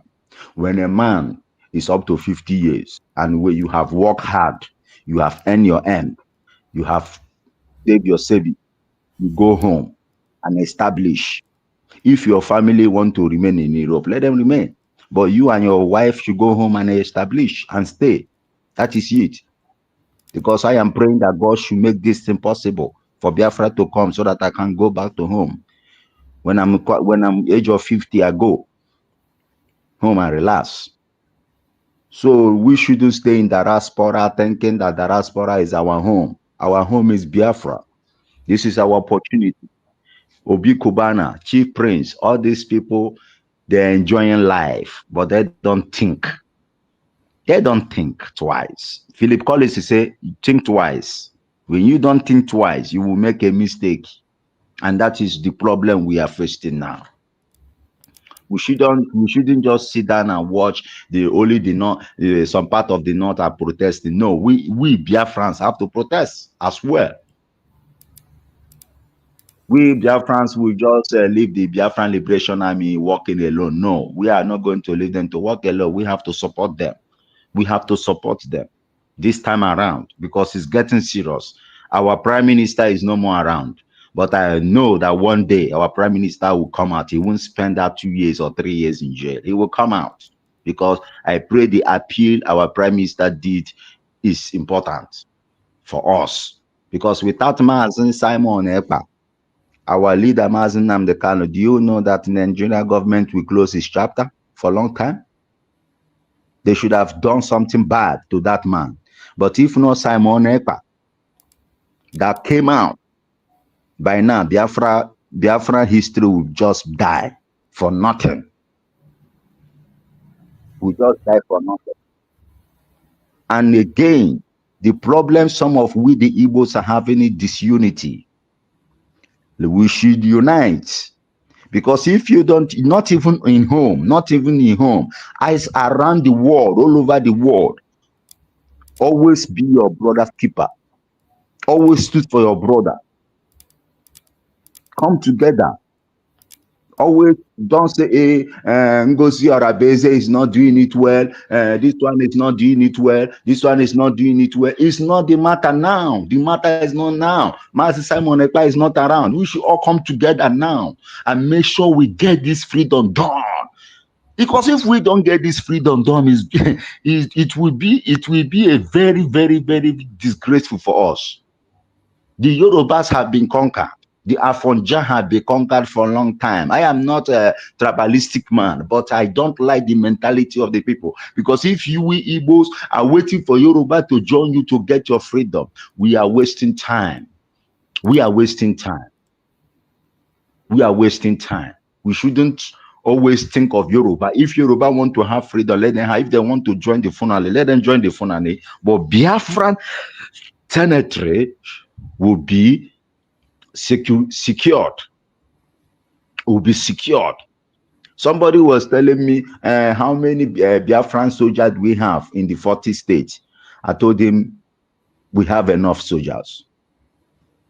We have enough soldiers. But when the time comes, we know if we have soldiers.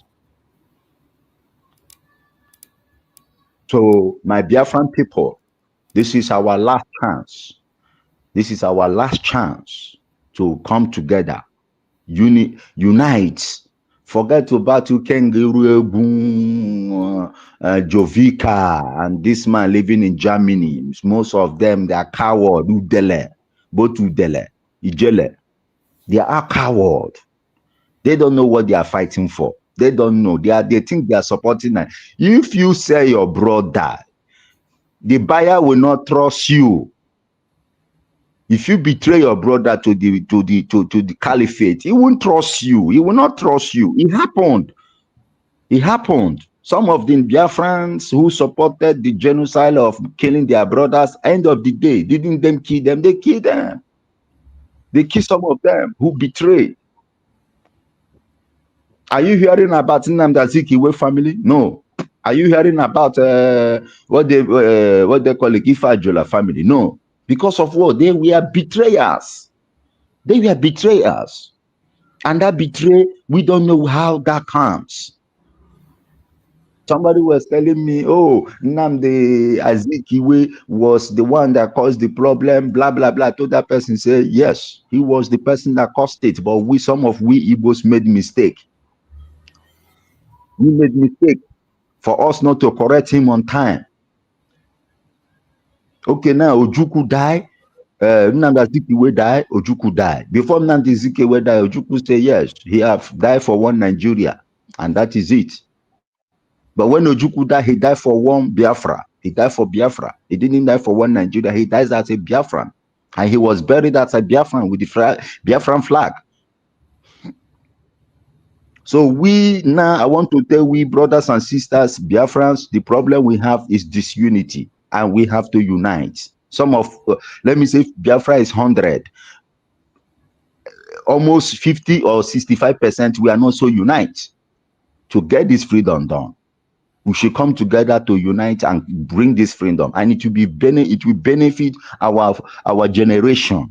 We are fighting this for our generation, not to repeat it, to come and be fighting. No, we want to fight it now for our generation to enjoy it. When they so that they will call us hero. They will say, yes, our forefather fought for Biafra and we got it. It will be a privilege to us, and we will tell them the story, how we began. The way they told us the story that happened in 1967-1970. So Biafra, we should come together and unite and get this done. Thank you very much, Brachus. Thank you. Thank you so much. I appreciate you for your contribution.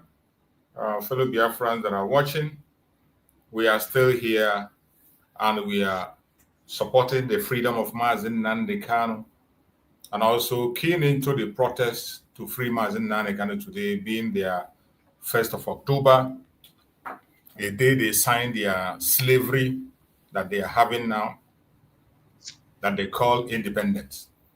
It's a day that we must never, ever, ever forget. It's a very significant day for us, even we as a Biafran, because that is the day that they signed, they officially put the chain in the hand of the citizens, those who call themselves Nigeria. As for us, that chain is no longer in our hand. We have removed ourselves, and we'll make it clearer to them every 1st of October. We'll let them know that we are not Nigerians. We have never been Nigerians, and we will never be Nigerians. We are Biafrans. That is whom we are. And that is whom we will continue to be. It doesn't matter how long they continue to deny the truth. It doesn't matter how long they continue to go against this. It doesn't matter how long they continue to pretend about it. We will never, ever, ever back down. We will never back down. And wherever you are as a Biafran today, do not lose your faith. Do not get disappointed. And do not remain in complaint. Begin to think about what you are going to do to make sure that our words are having effect. Try to use everything you see that looks like negativity, turn it into positivity in your life. Let the negative things they're doing against us motivate you to go ahead and pursue self-determination more than ever before. You're welcome. Yes, go ahead. Let's hear from you. We'll have somebody that join us now. I see it's written there. Yes. Unmute yourself and talk to us. Let's hear you. Oh, he's gone. You thought maybe coming on stage is for fun. It's not for fun. If you're coming on stage, you should be prepared to make your contribution. Don't come on the stage just to show your face, just to have fun. This place is not a place to have fun. It's a place to make contributions. Whatever your contribution, whether you agree with us, if you don't agree with us, if you have a superior argument, you're welcome. All you need to do is to use the link, click on the link, and you join us, and you make a contribution. Don't come and just stare at us. We're not here for games. We're not here for saga. Not here for play. We are here for a serious business. People are dying in Biafra land. People are putting their life on the line. You see us talking about the issue of Mazi Nnamdi Kanu now has been in detention for 5 years and still counting. So it's not something you will have to make fun of. So my fellow Biafrans, while this very protest is still going on, wherever it is going on in Abuja today, we must have to continue to call for action. We have to call for action. It is one of the ways we can be able to increase the international awareness, the global awareness. It is important. Today, it's how to be, we have to, I say, in everything they do, we have to use it to our own advantage. 1st October is key. Every media house in the world knows about 1st of October and what Nigeria is up to. And they'll be focusing on that. So why they are searching for 1st of October? Why they are searching for 1st of October? What they will be seeing is free Mazi Nnamdi Kanu. Why they are searching for October? What they will see is the process of free Mazi Nnamdi Kanu, a prisoner of conscience. That is why we need to flood the internet with our programs. Any program where they are talking about the freedom of Mazi Nnamdi Kanu, share it and make it go viral. Every program that has to do with free Mazi Nnamdi Kanu today, 1st of October, share it and let it go viral. Let us make sure we occupy the internet. Occupy the internet that they cannot find anything that has to do with the independence of the Zoological Republic. I call on every Biafran, wherever you are, every lovers of truth across the world, share this program far and wide. Share it. Don't keep silence. And also stand with the protesters. Those who have volunteered and made it a point of duty to come and protest, stand with them. It doesn't matter what the motive might be. I know we have some exceptions. I know we have something. I know the way Biafrans feels and how they go about it. But stand with them. We can equally use some things, some advantage. We can get some advantage from what is happening. Stand with them. Promote it. Share it in our platform. Share it and let it go viral. Speak about it. Type about it. Write about it on your own platform. In your groups, write it and share it. That is the right thing to do. The internet global awareness is very, very important. It is very, very important. It will go to a stage where they can no longer be silent. The silence of the international communities is so disturbing. Every one of us should be able to speak boldly that Nnamdi Kanu must be freed. It's high time we begin to open our mouth and speak. You know, for a very long time, just like some of the bloggers, they have not been talking about it. But all of a sudden, we have seen some of them coming out and shout, governors and all, they calling them. Anyone you can do, come out and do it. Call out, shout and speak loud. Some of us cannot speak about Mazi Nnamdi Kanu. They feel that when they talk about Mazi Nnamdi Kanu, they can no longer get an appointment. Your business will not move. You're going to lose followers. You're going to lose friends. That's an idiotic feeling. Only an evil person, an evil man. For your own personal greed, envy, for your own personal interest, you cannot call for the freedom of your own leader. for the freedom of your own brother, you can call. Look at Mazi Simon Ekpa. There are some people that have never mentioned the name of Mazi Simon Ekpa since the time he was taken away. They have never called for his freedom. They never call for the freedom of Mazi Simon Ekpa. Some of us have even forgotten. Some of us, we are calling for the freedom of Mazi Simon Ekpa the first time when he was kidnapped. The very first time when Finland government did their own mago and they took him in. That was when some of them made call. Some have forgotten about Mazi Simon Ekpa. They don't even talk about him again. So many of us are not forgetting. But these are things you don't have to forget. How can I forget? How can I forget Mazi Nnamdi Kanu? How can I forget Mazi Simon Ekpa? Every blessed day in my program, I play their message. I speak about them. I call for their release. That is the path I have chosen. What about you? What are you doing on your own platform? What are you doing with your own page? That's your social media page, social media network. What are you doing with it? What are you doing with it? Oh, you don't want to write about Biafra. If you write it, you lose followers. You don't want to write about Biafra. If you write about Biafra, you lose your friends. You don't want to write about Biafra. They will say, oh, this one is different. You are an idiot. You are an idiot. Anytime they begin to see you different from your fellow Biafrans, you are an idiot. You are gone already. You are gone. You are gone. You think they respect you. You think they care about you. For us, they fear us because they know we know what they know. They fear us because they know we know our rights. But you they know you are nobody. They know you don't even know what you want. They know you don't even know what you want. You don't know what you want. That is why you are crying for friendship, for people to follow you. You are crying for people to love you, for people to do business. You are mad. You are sick. They know you don't know what you know. You don't know yourself. It is high time we know and learn how to preserve ourselves. Self-preservation is not a crime. It is not a crime. In fact, it's one of the things that every human being should imbibe in.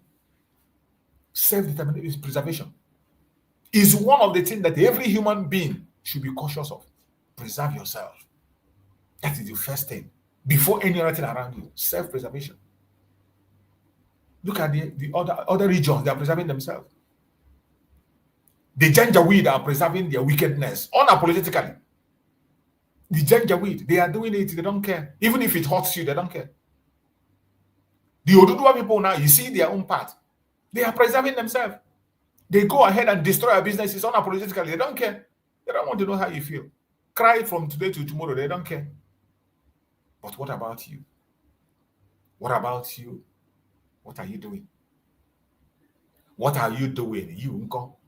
How are you preserving yourself? How are you helping to preserve yourself? How are you helping today to call for the freedom of your brother that have been detained illegally? Look at the terrorists. Look at the terrorists. The terrorists, they are boldly in the open, demanding for the freedom of their own people. The people that we know that are criminals, so these are people that you and I know that they are terrorists. But yet their own people are demanding for their freedom. They don't care. Their own people are calling for their freedom. They went ahead to negotiate for them. They negotiate and they get a deal for them. But you, what are you doing? What are you doing, you? What you are doing is to fight your brother, to fight your sister, to dehumanize your brother, to call your sister a terrorist. That is what you do on a daily basis. And you think that makes you happy. The only thing you come online to do every day is to call your brother names, to call your sister's names,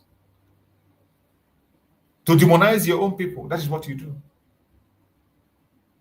You can't even write a simple statement. Free Mazi Nnamdi Kanu. You are too scared to say that. You are too scared to say free Mazi Nnamdi Kanu. Because you want to keep a friend. Because you want to sound differently. Because you want to win a contract. You sell your conscience. It's a question of time. You see this one Nigeria, it will happen to everybody.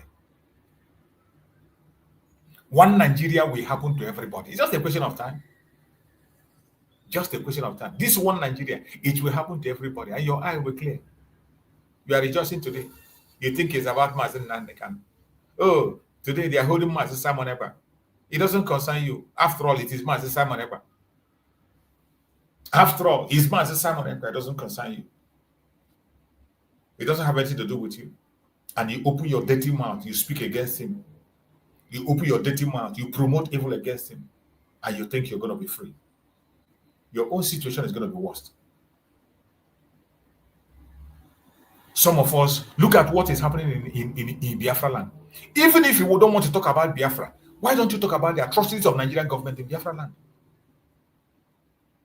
We have seen videos where Nigerian government is moving into Biafra land with their armor tanks, and they are destroying properties. We have seen videos where Nigerian government is entering in Biafra land, taking innocent lives. We've seen so many videos about the atrocities of Nigerian government. And yet, you are not moved. You are not moved. You don't care. Some of us are so ashamed that we cannot even represent whom we are. We can't even represent ourselves enough. We are so scared.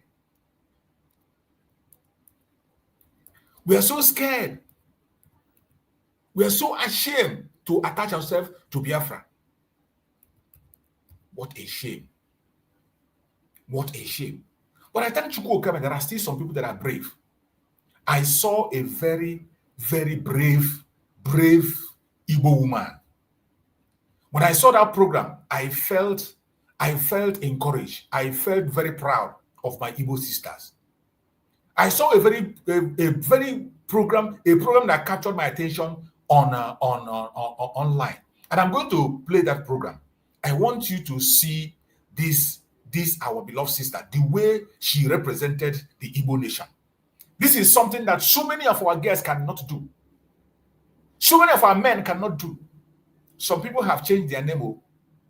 They change their name from Igbo name, they answer different name. Some will not, they don't want to go to their platform. You will not see anything that has to do with Igbo. Because they want to sound good to their enemies. I want you to watch this program and look at how a proud Igbo girl defended the cause of the Igbos.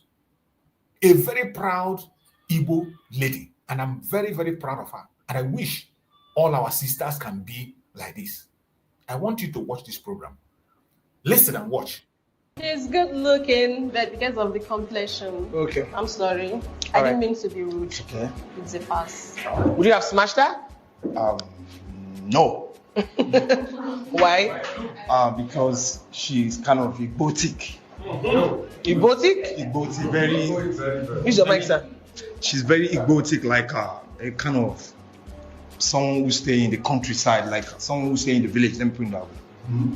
So let me correct the impression. Okay, ma'am. I am Igbo, a very proud one. Mm-hmm. If you can go to the places or check the places that I have worked, they would tell you I hardly speak English. I speak Igbo, and I am so proud of Igbo, of being Igbo.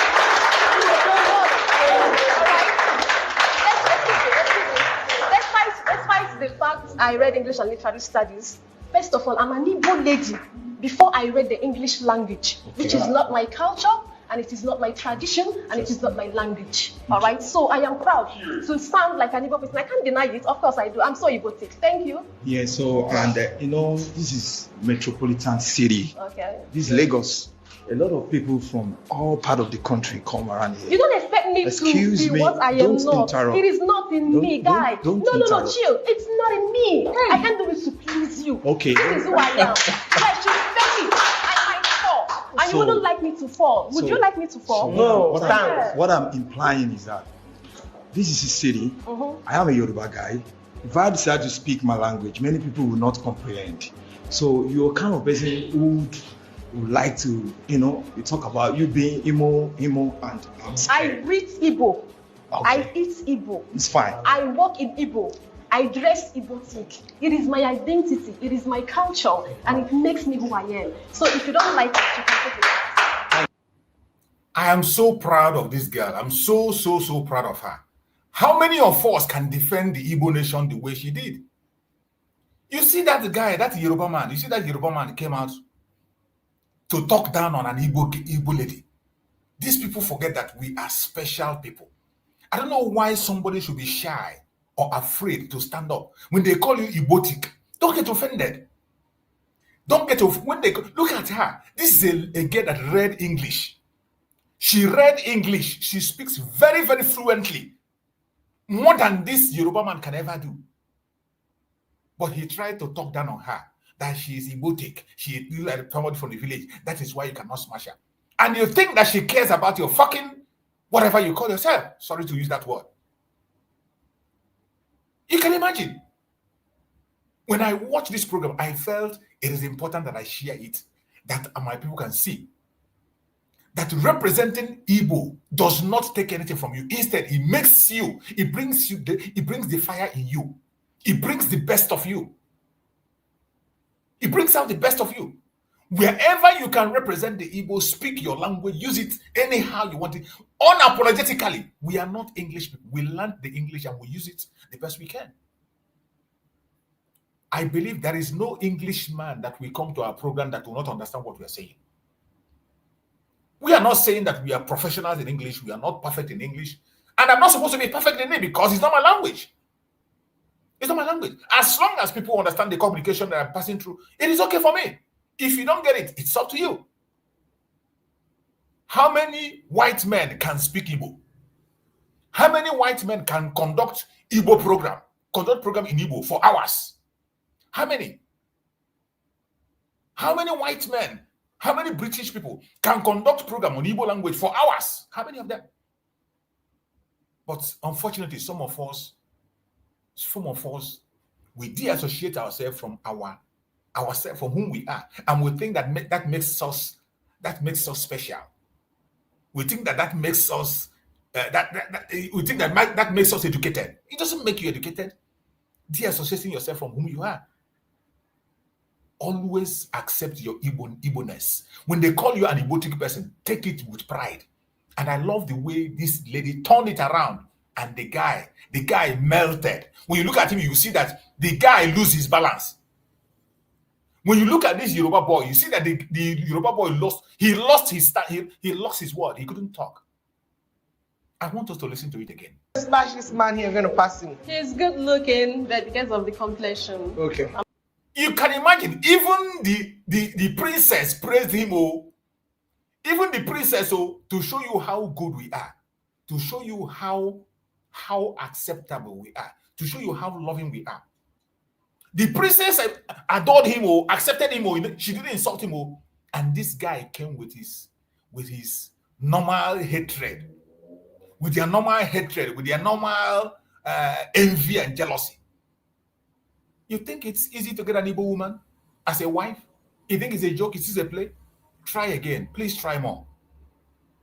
Try more. And when we are talking about Igbo ladies, we know the ones we're talking about. People like this who are proud of whom they are, and you call her Igbotic.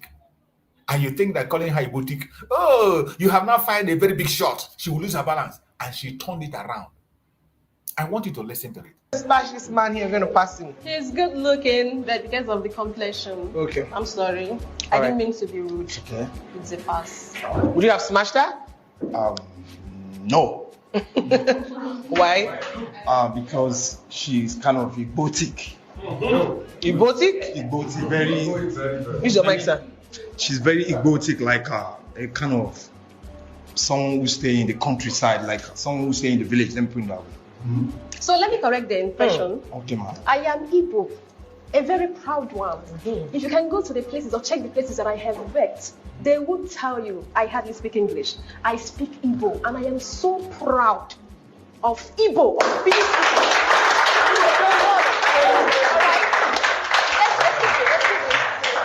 Despite the fact I read English and literary studies, first of all, I'm an Igbo lady before I read the English language, which is not my culture, and and it is not my tradition, and it is not my language. All right, so I am proud to sound like an Igbo person. I can't deny it. Of course I do. I'm so Igbotic. Thank you. Yeah, so, and this is metropolitan city. Okay. This is Lagos. A lot of people from all part of the country come around here. You don't expect me to be what I am not. Interrupt. It is not in me, guy. Don't No, interrupt. chill. It's not in me. I can't do it to please you. Okay. This is who I am. You guys should respect me. I might fall. And you wouldn't like me to fall. Would you like me to fall? What I'm implying is that this is a city. I am a Yoruba guy. If I decide to speak my language, many people will not comprehend. So you're kind of person who would like to, you talk about you being Imo, and I read Igbo. Okay. I eat Igbo. It's fine. I walk in Igbo. I dress Igbotic. It is my identity. It is my culture, and it makes me who I am. So if you don't like it, you can take it back. This is amazing. This is amazing. And I encourage my brothers and sisters to defend your Igbo-ness wherever you go. When they call you Igbotic, don't get angry. Don't get angry. There's no need to be angry. When somebody calls you Igbotic, accept that is what you are. That's who you are. Prove it the more. Show the person more that you are an Igbo person. It doesn't matter what you have read, the certificate you carry, you have masters in English or whatever. It doesn't mean. Show them that you are an Igbo person. When they try to shade you with that and try to take it with good faith. Look at how she transformed that very insult to something different. And the guy was ashamed of himself. The guy sank, he will be wishing that the ground should open, that he will get into it. My fellow brothers and sisters, wherever you are watching this program, don't forget, today is a very special day for us as Biafrans. It is not a celebration. It's a day we make an open demand and tell the world that we are not Nigerians. We will never be Nigerians, and we have never, ever been Nigerians. It's a day that we reject the chain of the British, which they put on our hand by force. It is a day that will demand for the unconditional release of every Biafran political prisoner held by the Zoological Republic and other countries of the world like Finland. We demand the release of our Supreme Leader Mazi Nnamdi Kanu, and we demand the release of our Prime Minister Mazi Simon Ekpa Njoku. Wherever you are today, continue to push on that hashtag free Mazi Nnamdi Kanu, hashtag free our Prime Minister Mazi Simon Ekpa, hashtag let the Biafran people go. We will continue to push it to the ends of the world. Don't ever get tired of doing it. It is our time. We must take our freedom. We must take our freedom. My fellow Biafrans, lovers of freedom across the world, wherever you are watching us from. As Nigeria shout independence, remember, you cannot imprison a people destiny. Did you hear me well? As Nigeria shouts independence, remember, you cannot imprison a people's destiny. You cannot silence a nation's cry. And you cannot stop Biafra. Never, ever.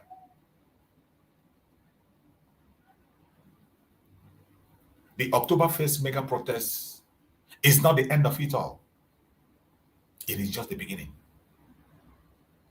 of a louder revolution that is coming ahead.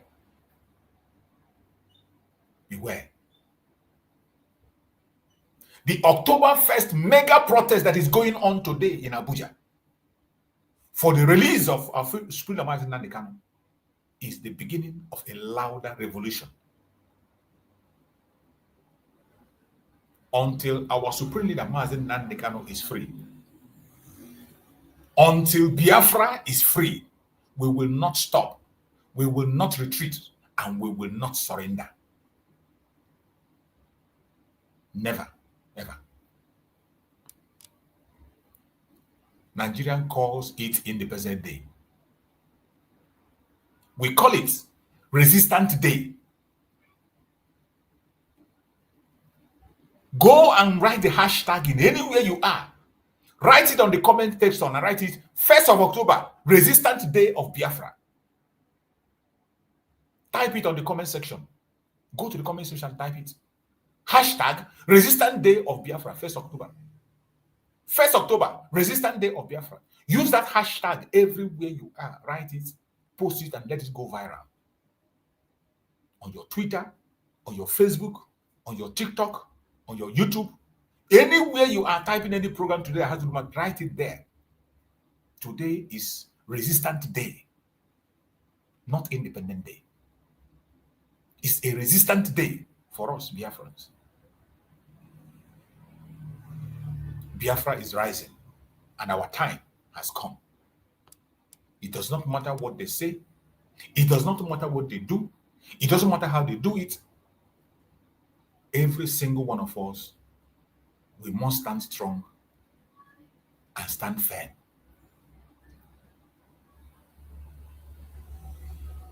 We must not give up our freedom.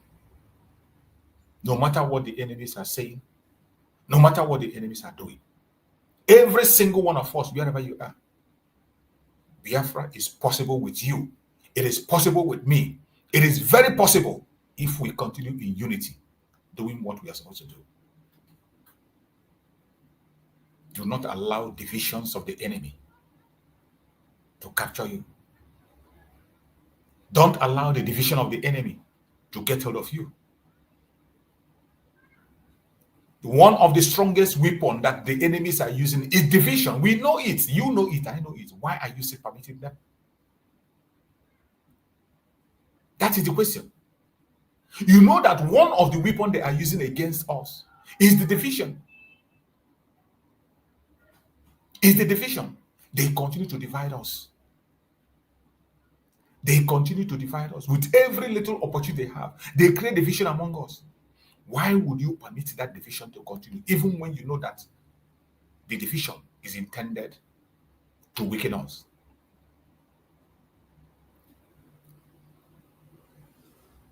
Look at the attack they are having on us in Lagos State today, destroying our properties.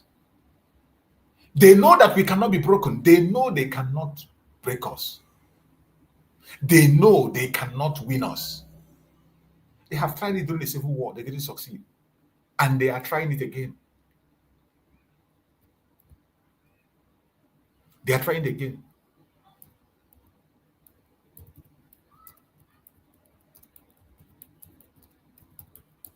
And this time they will always fail. This time they are going to fail. They know what we are made of. Some of you don't know. We don't know what we want. We don't know what we are made of. But I bet you, those of us who know whom we are not giving up. And for the fact that you don't know who you are is a shame. That is why most of us are falling aside. Our enemies know us better than we know ourselves. They know us better than we know ourselves. And they know that we cannot be defeated. They know we cannot be, forget about this they are doing in Lagos today. They know that we cannot be defeated. If you can survive with 20 pounds, when we had nothing, is it now that we are in all part of the world, scattered across the whole world, taking lead in all world, in important positions in the government across the world? Is it when they're going to overtake us? It's not possible. It's not possible. I want us to listen to this very video. Let's listen to this very video and learn one or two words from it. Let's listen to this very video.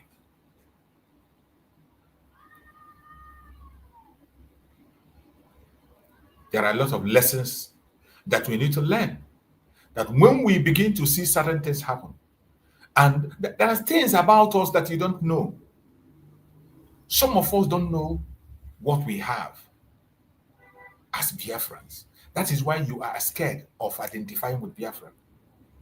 You are scared of calling yourself a Biafran. You are scared of associating with Biafra because you don't know what Biafra is made up of. You don't know the glory that you carry. You don't know the glory that you carry. What you have in you is something that people are envious of.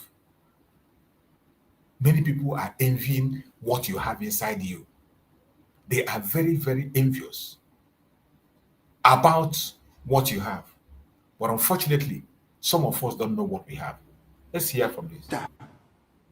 Of the demography of a community changes. There is hardly anything you can do. They will take over from you. It is just a matter of time. No matter the struggle, we can strategize and give them a portion. But they say they are going to be zero. It's a waste of time. And I'm an advocate of this thing for the past 30 years. Because I grew up with them. I went to school with them. I know their capability. I know their tendencies. I know their unity of purpose more than us. I know their focus. And I know they can defeat us if you are not careful. I am very sure. I don't have any doubt at all. What I can say, where they are predominant, let us leave it for them. You cannot defeat them. Even if you harass them, they are a lot more aggressive than us. I just saw some touts disturbing them. If they attack you, you are gone. Don't push them to the wall because they are not like us. Their own upbringing is fight to finish. They've gone through it before. So don't push them to the wall. This was a Yoruba man describing the strength of the Biafran people, the Igbo Biafrans. A Yoruba man describing the strength of the Igbo Biafrans. They know who we are. It's only some of us that do not know who we are. Some of us are still afraid. Some of us are still so chaotic. Some of us are still afraid of what I don't know. But I want you to know that the time has come for us to free ourselves from this slavery. And there is nothing anybody can do to stop us from getting free. There is nothing anybody can do. The only thing you can do today on your own is for you to rise up, play your own part, and do what you have to do. And as we proceed, let us hear more of this message of our Prime Minister, Mazi Nnamdi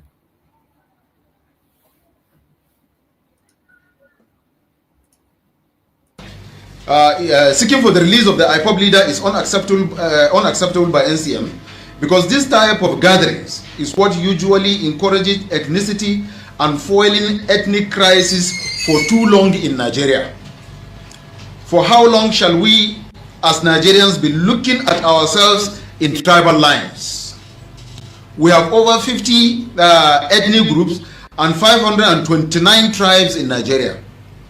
So each group should gather themselves to Aso Rock after committing series of crimes against fellow citizens and demand for the release of the perpetrators because they represent their ethnic interests. Did you see that? Now, do you see the twist? Did you hear the twist? The only difference here is that Boko Haram have their negotiator with the president. So they don't need to, the people from the northeast don't need to come to Abuja. No. The chief of army staff is a Boko Haram member. Okay? Chief of army staff is a Boko Haram member. The Inspector General of Police in Nigeria is a Boko Haram member. The AGF is a Boko Haram member. The CGN is a Boko Haram member. The chief judge is a Boko Haram member. So they don't need to carry their elders to come to Aso Rock. They are in the government. Their own is to implement and execute. They don't need to come to presidents to ask. That is the reason why you see the military man extending the hands of fellowship to Boko Haram. Say, come, our people, don't just come. You cannot do this thing alone. You cannot carry out this task. We are going to help you to carry it. But our own, who do we have? None. Police, we don't have anybody. In military, we don't have anybody. All the people we have, they are in IT. They put you in IT where you'll be pressing computer. In custom, we have nobody. In judiciary, we have nobody. In executive, we have nobody. In the security, this thing, we have nobody in the security. So if they are having security meeting, fake meeting, you can't see an Igbo man there from the southeast. So why don't we march to Abuja? We have to march to Abuja because we do not have any representative in the security. So to them now, we are marching and it is paining them. But they have been enjoying this nepotism. They have enjoyed it. I have just shown it to you, and I don't need to go into showing you all this because it is the evidences are there. So it is them that started this thing.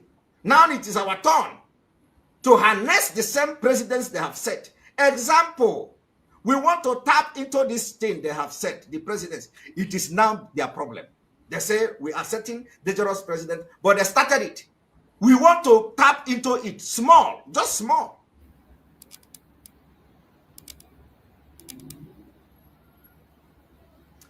Now let me show you. One moment.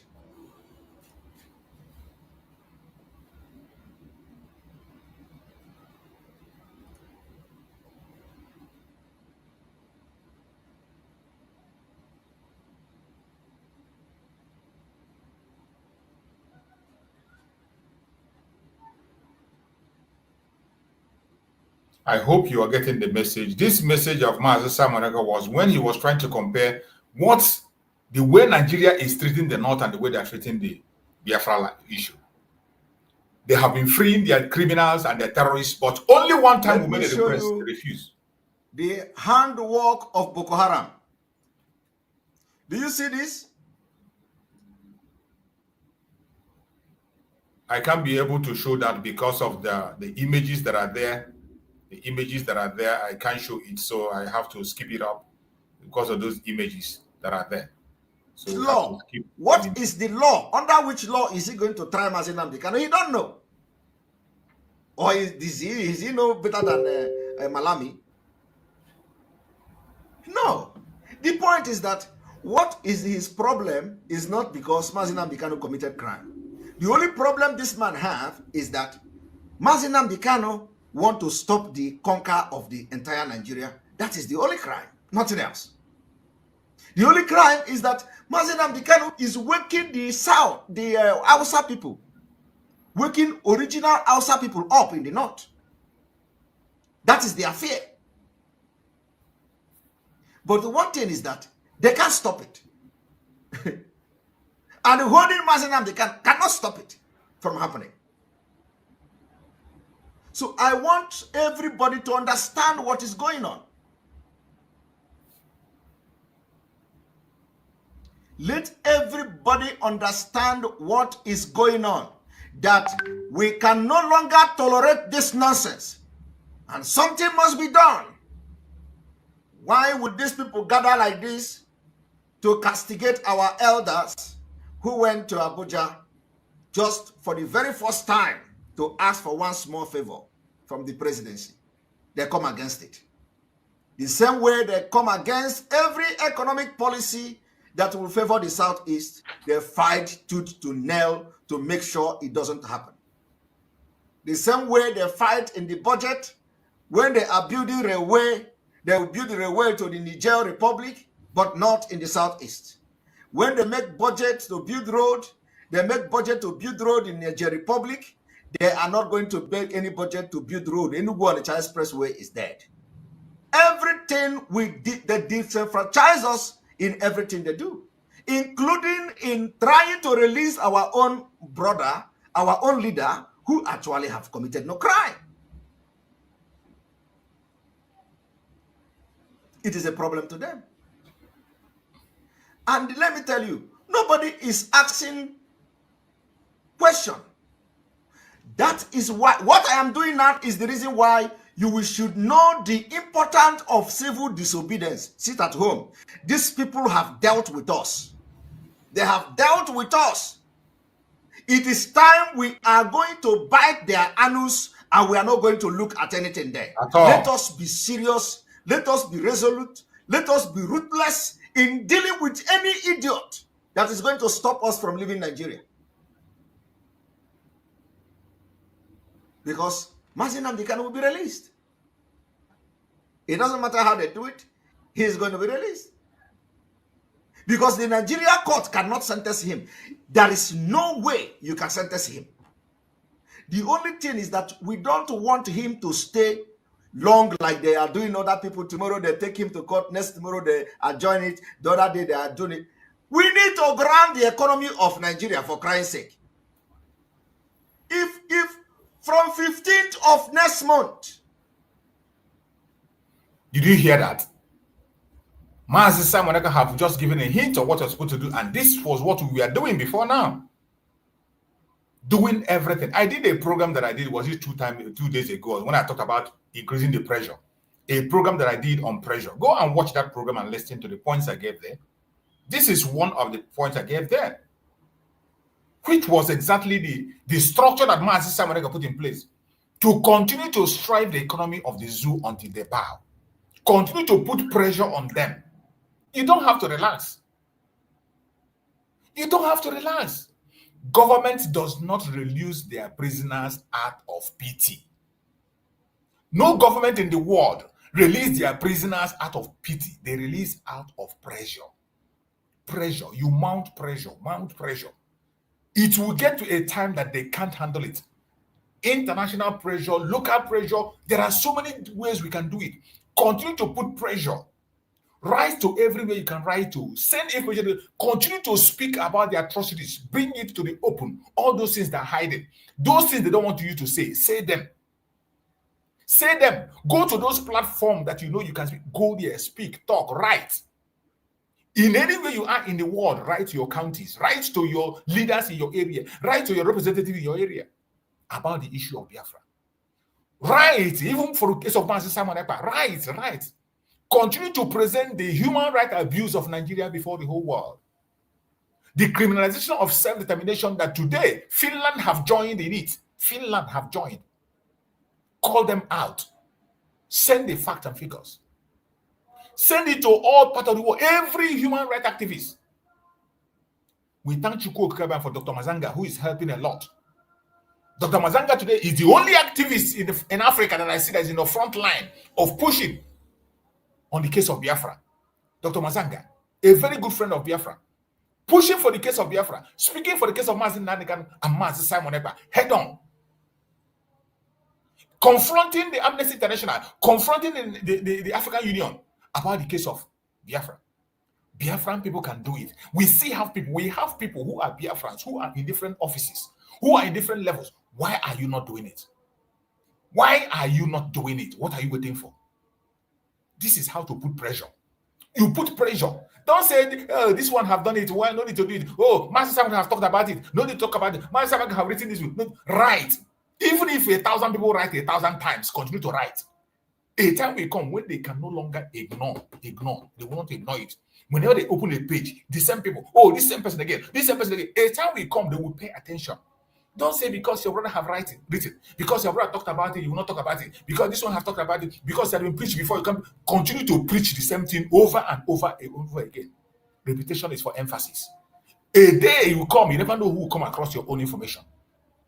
And it will trigger the freedom that we need. It needs only one man, only one click. It's only one man that can make the change. One good man, only one good man is what it needs for the change to come. It doesn't need all the, only one man will get to the office and something will change. Only one man will pay attention to our file in his table and things will change. And Chukwu Okeke is capable to change the minds of kings and princes according to his own will. Chukwu Okeke can change the minds of kings and princes according to his own desire, to his own favor. He will favor who you want to favor. All you need to do is to position yourself, be where you're supposed to be at a particular point in time. Let us continue to send informations. International awareness is very important. Continue to create it. The world is working according to interest. You see how they have been ignoring the massacre of Christians in Nigeria. They don't want to talk about it. They don't want to talk. But today, all of a sudden, the game is changing because their interest is being touched. Some of those idiots, their interest is being touched in the issue of Palestine. The issue of Palestine is now changing the narrative. And now, many voices, many loud voices are now speaking about the genocide of the Christians in Nigeria. It is making headline today. It is making headline. The same way, a time will come when Nigeria will touch a button that will make the world to begin to talk about Biafra. As long as we continue to make this noise, push, you think they're not seeing us? You think they're not seeing us? You think they are hearing us, they are seeing us, but they are waiting for an opportunity that will create a favor for themselves. They are looking for an opportunity that will create interest for them. Once the opportunity presents itself that creates interest for them, they will pick up the issue of Biafra without you talking. Do you know how long we have talked about the massacre of Christians in Nigeria? Mazi Nnamdi Kanu himself was in the front line. From the protest he made when he was in one Nigeria, in Britain. From that protest, Mazi Nnamdi Kanu talked about the massacre of Christians. Go and watch that protest Mazi Nnamdi Kanu did in UK for Nigeria. He was talking about the massacre of Christians. For how many years now? All of a sudden, today, that issue is on the front line. Many voices are now speaking. People are now talking. And Nigeria now is running helter-skelter. You see Nigeria coming to defend idiocy. Even with their idiotic media, Nigerian media coming to defend, coming to claim that the massacre of Biafra, of Christians in the north is not real. Something that has evidence, have eyewitness, video evidence, picture evidence, everything is available. But yet, they are fighting so hard to deny it. Oh, it's not the way you say it. It's not like that. The way they say it, it is even worse than it's being reported. It is much more worse that is being reported. That is why we must continue to speak. Don't get tired of talking. Instead, increase it. I do my program 2 times every day, in the morning and in the evening. Not because I have a luxury of time, or not because I don't have other things to do, but the few times I have, I utilize it to air my own opinion, give my voice. 2 times every day. It is not very comfortable for me. It is not enjoyable for me. If I have the opportunity, I would like to be making my program 30 minutes and I go. But we must add effort, put more words, continue to speak. You never can tell who is going to come across our video. And before you know it, things will change. From 15th of next month, from 15th of December, if there is no concrete thing, Biafrans are going to rise up. Go and mark it. After the 15th of December, and there is no tangible thing happening in the release of Mazi Nnamdi Kanu, Biafrans are going to rise up. It is going to be autopiloted revolution. We are going to rise up. And nobody will be any leader. Nobody is a leader. Only person that will stop what is about to happen is Mazi Nnamdi Kanu. It doesn't matter. See, let me tell you. It has nothing to... This one is complete autopilot. The spirit of Biafra, after the 15th of December, we possess everybody. We are going to end this thing once and for all. You see, if we are not showing, will not allow us to rest. And this prophecy happened. It really happened. As we speak today, the spirit of Biafra have possessed many Biafrans to fight for Mazi Nnamdi Kanu, including his enemies. The spirit have possessed everybody, including his enemies. We will continue to fight for the unconditional release of Mazi Nnamdi Kanu until his release. He has not committed any crime. Imagine the nonsense here that have been enjoying, their criminals have been enjoying, terrorists have been enjoying, they have been recruiting them, they have been begging them, they have been doing, and our elders just went to Abuja for Mazi Nnamdi Kanu. It becomes a problem to them. You don't know how ruthless these people are. You don't know how heartless these people are. You need somebody that can show them that it is bomber to bomber, iron to iron.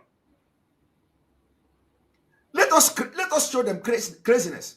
You think craziness is in one person's body? My brother, we are all crazy. Especially when we are fighting for survival. What I am doing is fighting for survival. I am fighting to survive.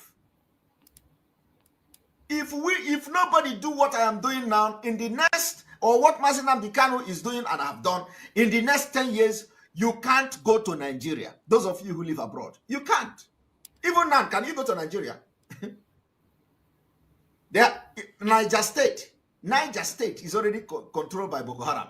And it is 2 hours from Abuja, or 1.5 hours from Abuja. It's already controlled by Boko Haram. Northeast now is a no-go area. In the Northeast is a no-go area. You can't go there. In the Northwest, you can't go there. Very soon it will come down to Kaduna.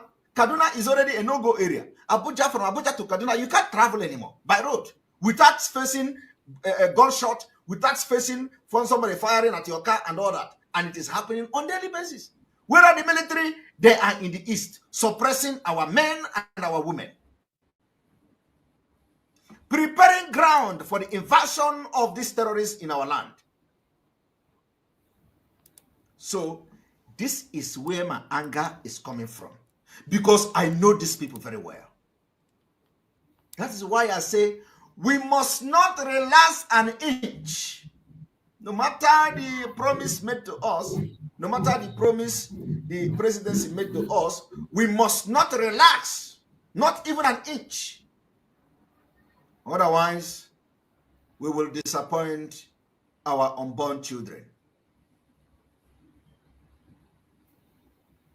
And now we have 10,000 people watching live and direct. 10,000 people watching live and direct on all platforms.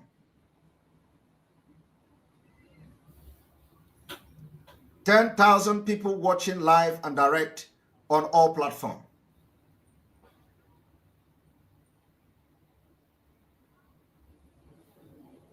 We are still not doing the right thing. Any day, once we begin to record 30% of sit at home in Lagos, we will won this war.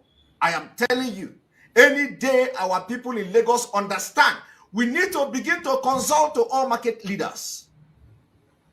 You see, this fight, you don't know, you people don't know what, if we do not do the right thing, we are going to live to regret it.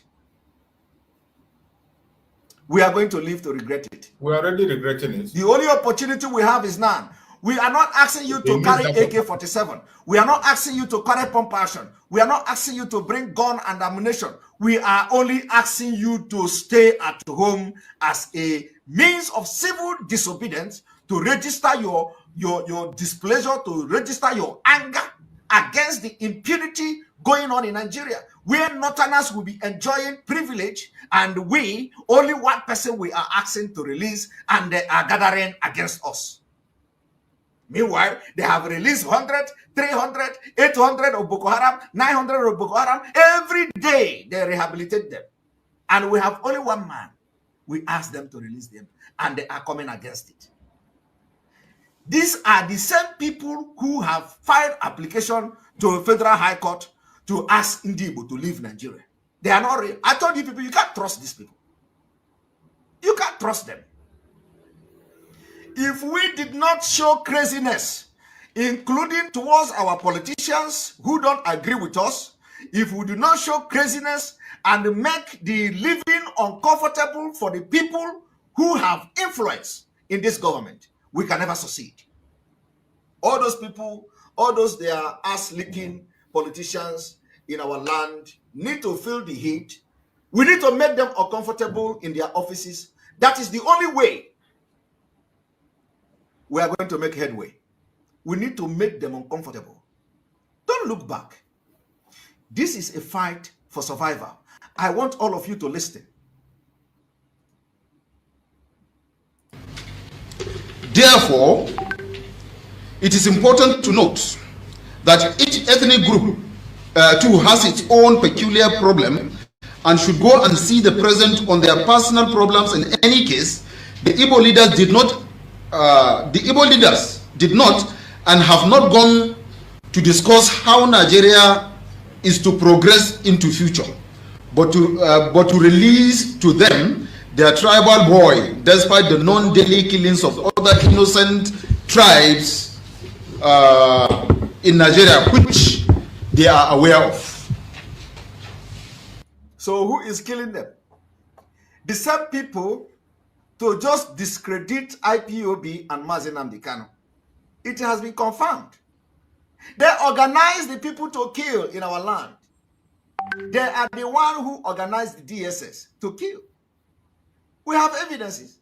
The other day, the DSS man that was shot dead, he was the unknown government. They killed him. They killed him. The identity is there. And these are the things they have planned. They planned it for a very long time. And here they are there telling you who have killed. Have the Biafra people been killed more than the killing in the north? Comparing, can you compare it? How many Southerners have lost their life in the north? In the name of Boko Haram, which is a scam. How many Southern soldiers have lost their life?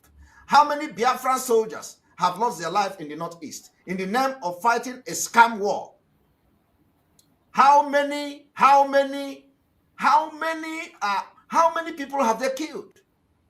Like I have just shown you, our own is evidence. I am just showing you that we have seen where 500 were killed, 200 were killed, 1,000 were killed, 1,000 buried, 200, 50, 30. Every day they are ambushing police. They are coming, they are ambushing the soldiers. They are coming to the barracks, to their base to kill them. And it is not their business. They organized the same people to come to our land to kill.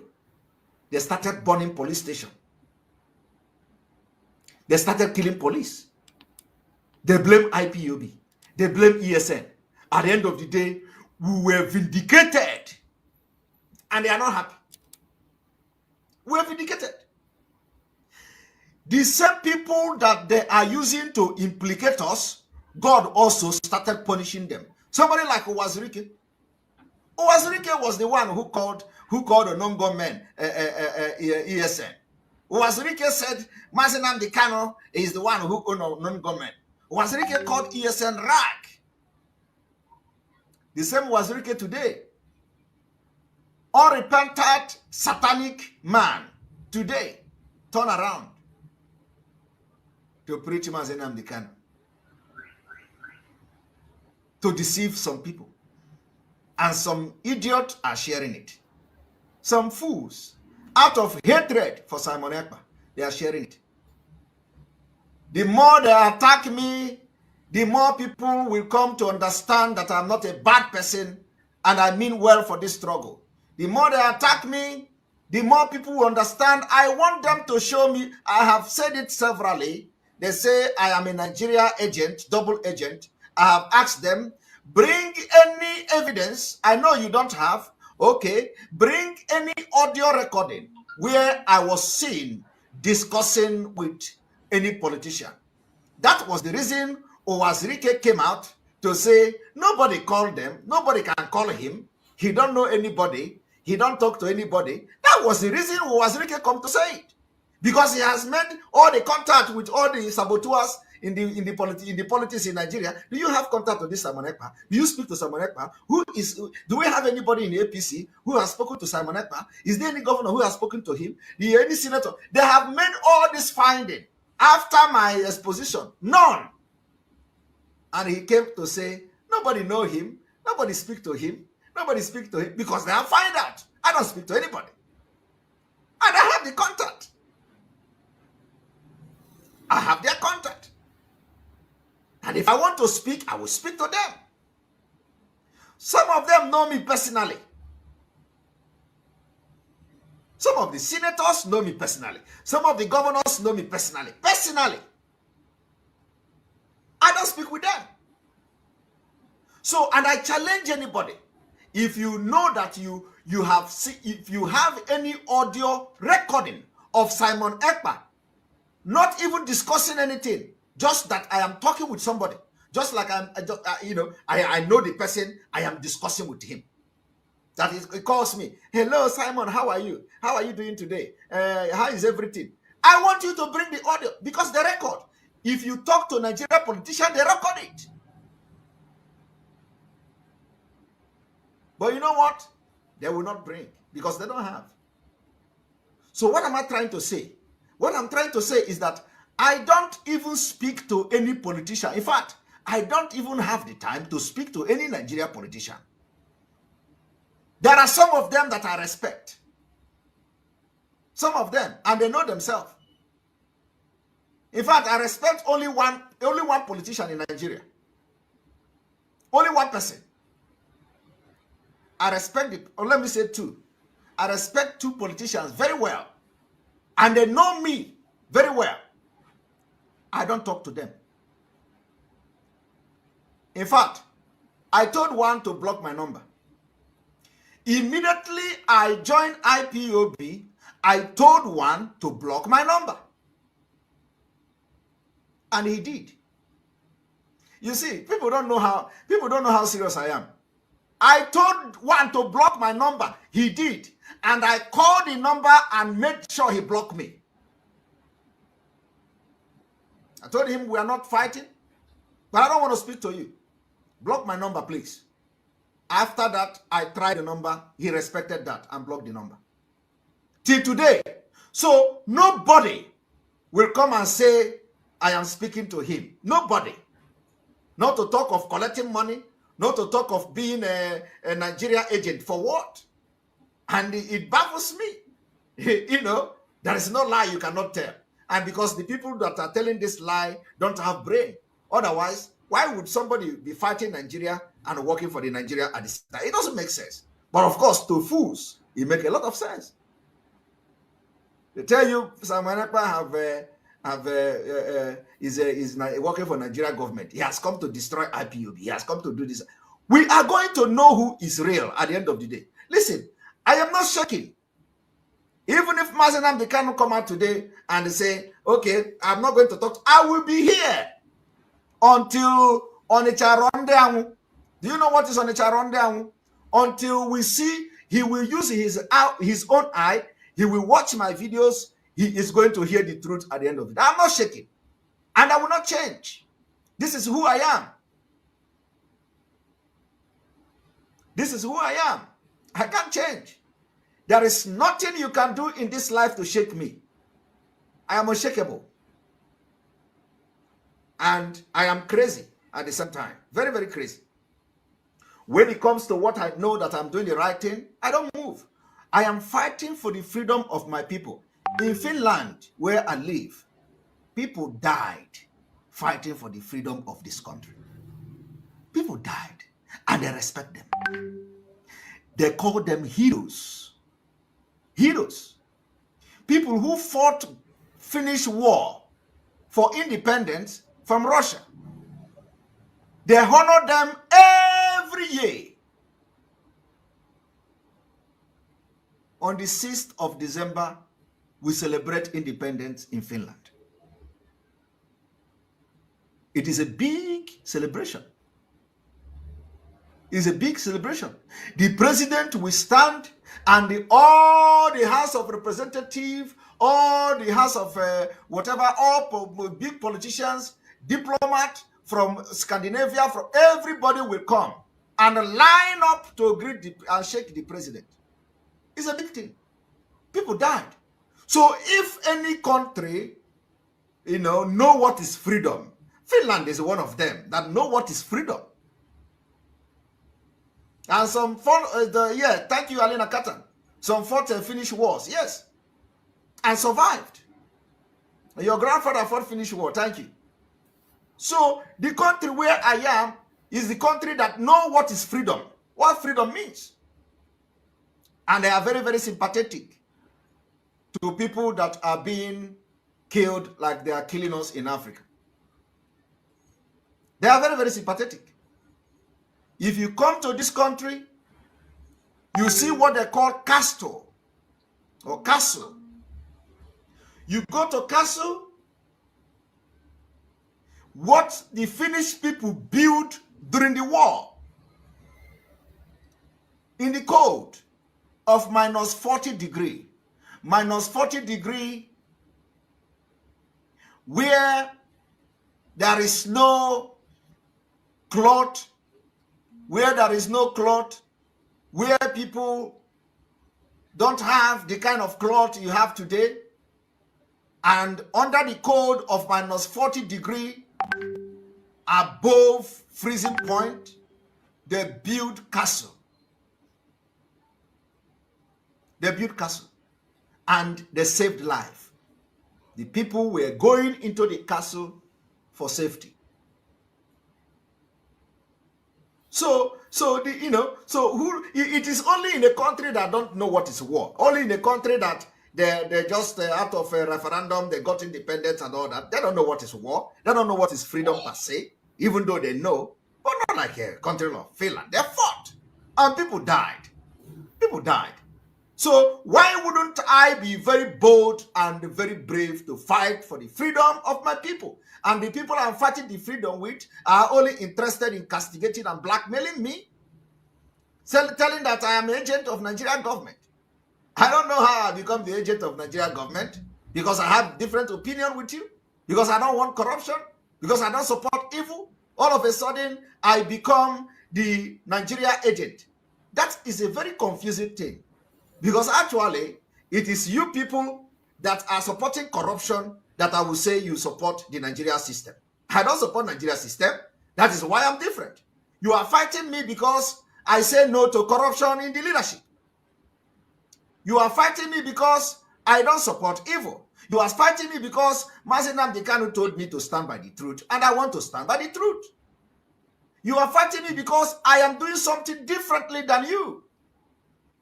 Because I don't be follow. I'm not looking for any favor from anybody.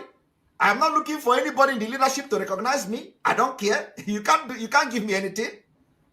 That is the only difference we have.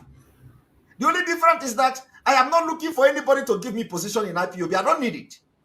I'm not looking for somebody to favor me in IPOB. I don't need it. But you need it. You need it to survive. You need favor from the leadership. You need to get document. You need to get money to feed yourself. You need to make a living. You need the recognition. I don't need all those things. That is the difference between me and you. And that's why I can stand on my ground without looking face. I am already a made man before joining the struggle for Biafra. I did not come here as a hungry person. I am made. It is not bragging, but it's a fact. Before joining Biafra struggle, I have made name. The only thing is that you don't know me. And I am very, very happy for myself. The only thing is that you don't know me. And the people who know me. But I have made name for myself. I have distinguished myself honorably in my own profession and in everything I do. So you don't know me, but the struggle now made you to know me. So the only difference between me and you people is that I am not looking for favor from anybody, and that's why I can talk anyhow I want. It is not pride. It is just who I am. And that is why I don't care what you do. So long as I stand on the truth and what I believe is truth, I don't care. And I'm not afraid of anybody. If you like, go to Juju and consult Juju. I have God in me. If I have challenged you people, if you like, you go to your Arushi and kill ram or kill cow and Fulani. You people don't know that most of the Arushi is not working anymore because you are killing Fulani cow to Arushi Igbo. When you go to Oracle, you will see Fulani, you will see this Nama. Nama is, all these things are, you know, oh my God, you people think that all these things have power. They don't have power again. Fulani Juju have actually neutralized all of them. You go to all this Oracle, you bring a ram to kill to Igbo Arushi and the Igbo Oracle. Most of the things happening to you people today, you caused it yourself. You want to bury your mother, even though some of us have made that mistake, but we have repented. You want to bury your mother, you use a Fulani cow to bury your mother.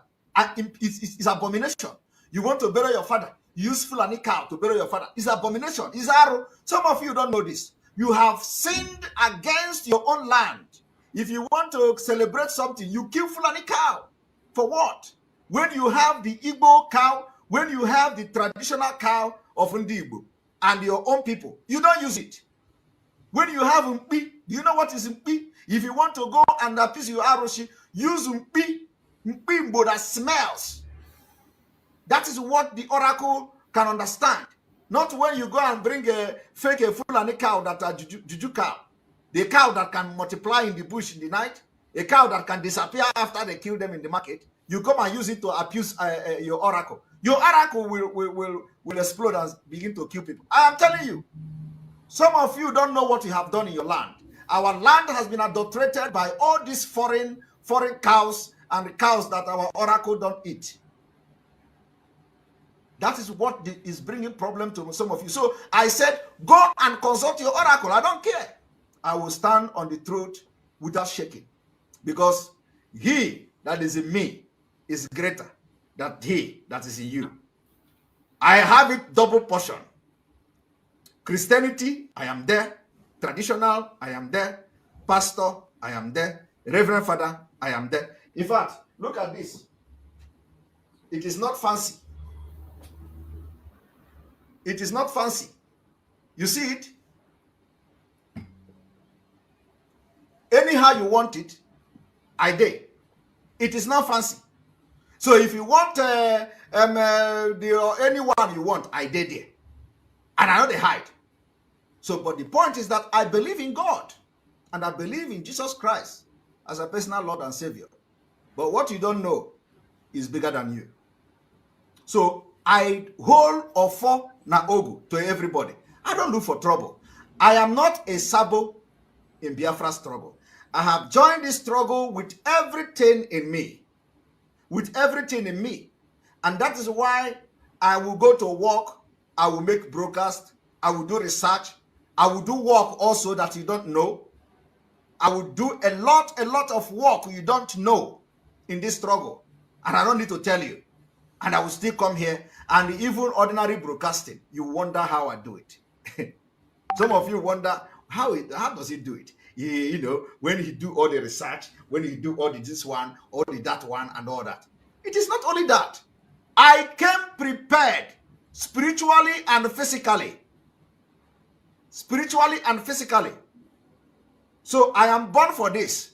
And the only those who know, they know. Now we are, let us continue.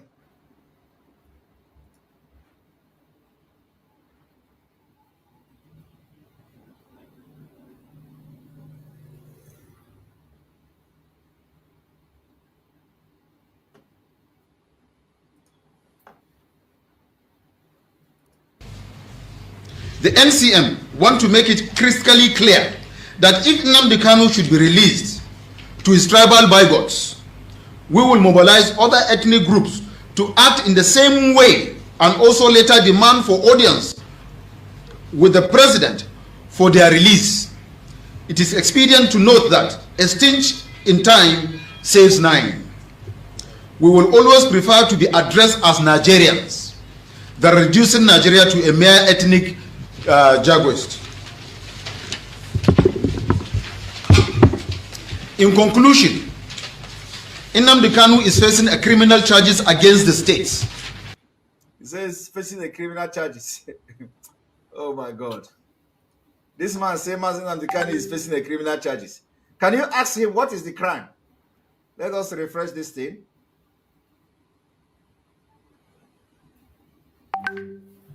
This is one of the powerful messages of Mazi Simon Ekpa when Mazi Nnamdi Kanu was taken away from us. Every strategy that was followed and some of the things that are happening today are what Mazi Simon Ekpa has spoken about in this program. The program is very, very loaded with informations, very informative. You see, you can never silence the voice of the truth. You can't. And as long as some of us are still living, you can't silence Mazi Nnamdi Kanu nor Mazi Simon Ekpa. It doesn't matter, you take them away, you detain them, you keep them, we will continue to bring their voice. They will continue to speak loud inside us. They will continue to speak even louder than ever.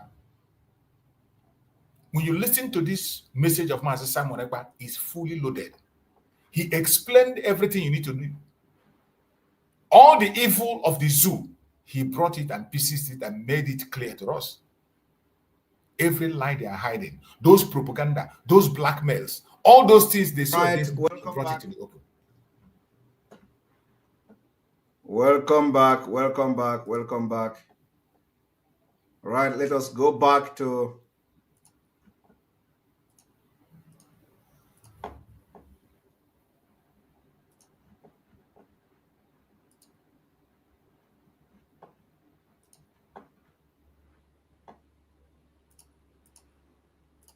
the NCM want to make it crystal clear that if Nnamdi Kanu should be released to his tribal bygones, we will mobilize other ethnic groups to act in the same way and also later demand for audience with the president for their release.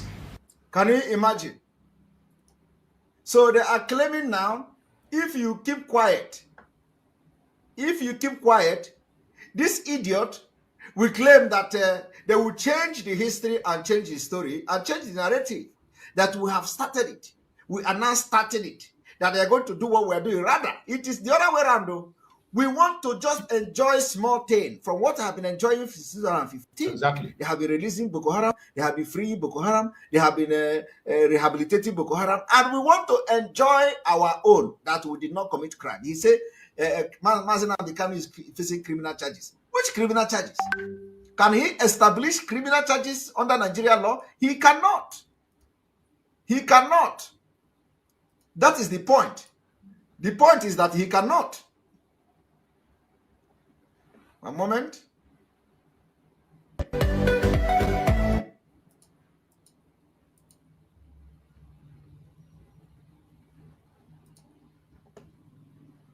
A stitch in time saves 9. We will always prefer to be addressed as Nigerians than reducing Nigeria to a mere ethnic jagoist. In conclusion, Nnamdi Kanu is facing a criminal charges against the states. Therefore, there's no amount. There is no criminal charges against the state. There is no criminal charges. Self-determination is not criminal charge. It's not a criminal, it's not a crime. Self-determination is legal. What Mazi Nnamdi Kanu did has nothing to do with crime. Okay?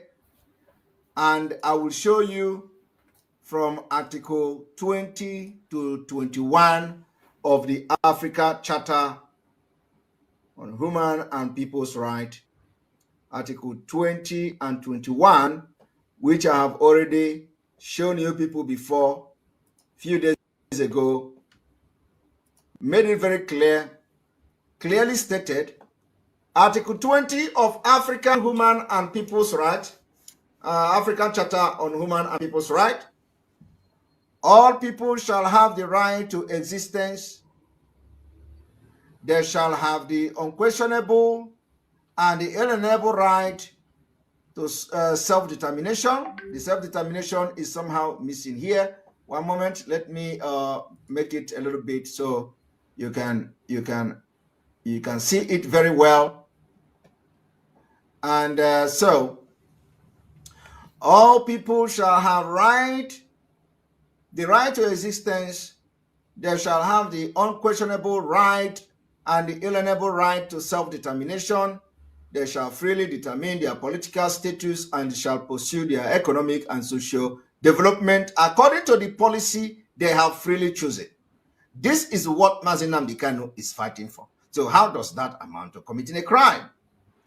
Colonized or oppressed people shall have the right to free themselves from the bond of domination by resorting to any means recognized by international community. Any means recognized by international community. All people shall have the right to the assistance of the state parties to the present charter in their liberation struggle against foreign domination, be it political, economic, or cultural. And I have said it several times. When you talk about liberation here, this particular section 3, subsection 3 say, all people shall have the right to the assistance of the state parties to the present charter in their liberation struggle. So this liberation struggle here is actually talking about arms struggle. The liberation struggle means armed struggle. You use arms and ammunition, force, to fight against the foreign domination. So what we are experiencing now is foreign domination of Fulani. Foreign Fulani domination is what we are experiencing now. Be it political, economic, and cultural. So it is exactly what we should be doing, but we are not doing it yet. We are not doing it yet. But we are going to be creating awareness for it, for people to understand Article 21 says, all people shall freely dispose of their wealth and natural resources. Its right shall be exercised in exclusive interest of the people. No one, in no case, shall a people be deprived of it. Of course, this one is even a different thing, but we have just, seen the self-determination as enshrined in African Charter Human and People's Right, under which Mazi Nnamdi Kanu is operating, and Nigeria is signatory to this particular law, and it was domesticated in 1983. Nigeria signed this thing into law, and it has become a domestic law in Nigeria. So what are we not talking? And this man will now come here to tell you that Mazi Nnamdi Kanu is facing criminal charges for self-determination. So the Fulani need to understand that you cannot charge Mazi Nnamdi Kanu for treason. Mazi Nnamdi Kanu is not fighting to take over Nigeria government. We have explained this thing, continue to explain it, but because this Fulani don't go to school, law, they can't interpret it. Interpretation of law is different. That's why Malami will now change the sedition into subversive campaign. And I have explained subversive campaign. You cannot charge Mazi Nnamdi Kanu for subversive campaign because his activity has nothing to do with subversive campaign. We have also went further to define subversive campaign, and it is not even close to what Mazi Nnamdi Kanu have done and what we are doing. So there is no way you are going to say Mazi Nnamdi Kanu is facing criminal charges. He is a political prisoner. Political prisoner is not facing criminal charges. It has nothing to do with crime. It is political. And it is not also wrong that they want to solve it politically, even though there is no case against him. Since they want to use it to score cheap political point, we agree. We agree, no problem.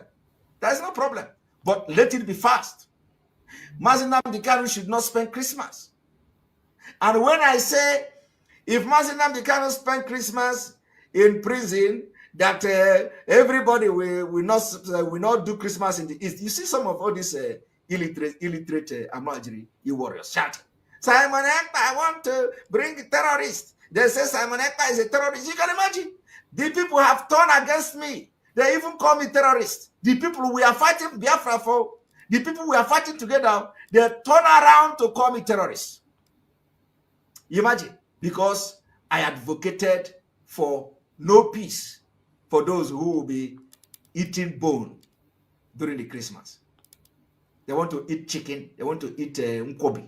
While Mazi Nnamdi Kanu will be sleeping without pillow. And he is fighting for your good. So if we decide to embark on some kind of civil disobedience for Christmas, so that everybody will feel the pain Mazi Nnamdi Kanu is feeling, we know he don't support it. We know Mazi Nnamdi Kanu can never support it from the DSS there. But we have to do it for him. We have to do it. It is the thing we are going to do for him. He will not support it. He can never support it. We are going to do it for him. Just like the way he don't support the sit at home, he have cancelled it. We don't agree. We are disagreeing. This is not about disobedience. This is not about disobeying order. We are not agreeing. We have decided to be embarking on sit at home for him. For him. It is just a token of what we can do to register our anger against impunity of the Nigerian government. I hope you are getting sense. You know why sometimes it's important to play these old videos is for us to take back our minds to where we are, because so many people are confused as we speak. So many confusions. Even people who claim to know nothing. Some people who claim to know, they know nothing. People who claim to have the template know nothing. When you hear these words of Mazi Simon, it takes your mind back to what we are supposed to do.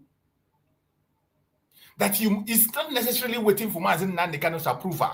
That Mazi Nnamdi Kanu must not support everything you do. We do it for his own sake to free him. You don't expect him in the territory of the enemy where he is to support certain things or speak about certain things. He doesn't.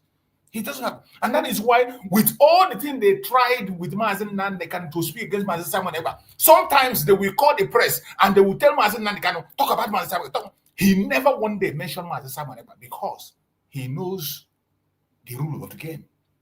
He understands the rule of the game. But what of us, those of us who are now, today Mazi Simon Ekpa is not here with us. But every template Mazi Simon Ekpa put in place, we have thrown it to the dustbin and we are doing a different thing. That is why it is important sometimes we refer back to his videos. When you listen to the messages of Mazi Simon Ekpa, you understand what he stands for, what he does, what he can do. When there is a situation, like now that the situation of the health of Mazi Nnamdi Kanu is unbearable. As we speak, a new information came again. A new information came that Mazi Nnamdi Kanu's case is getting worse. His situation of health is getting worse. And he has written he wrote another petition again to one other organization. And he's writing all these petitions because he has no voice anywhere. Nobody is putting pressure on Nigerian government. So Mazi Nnamdi Kanu is taking upon himself to be writing.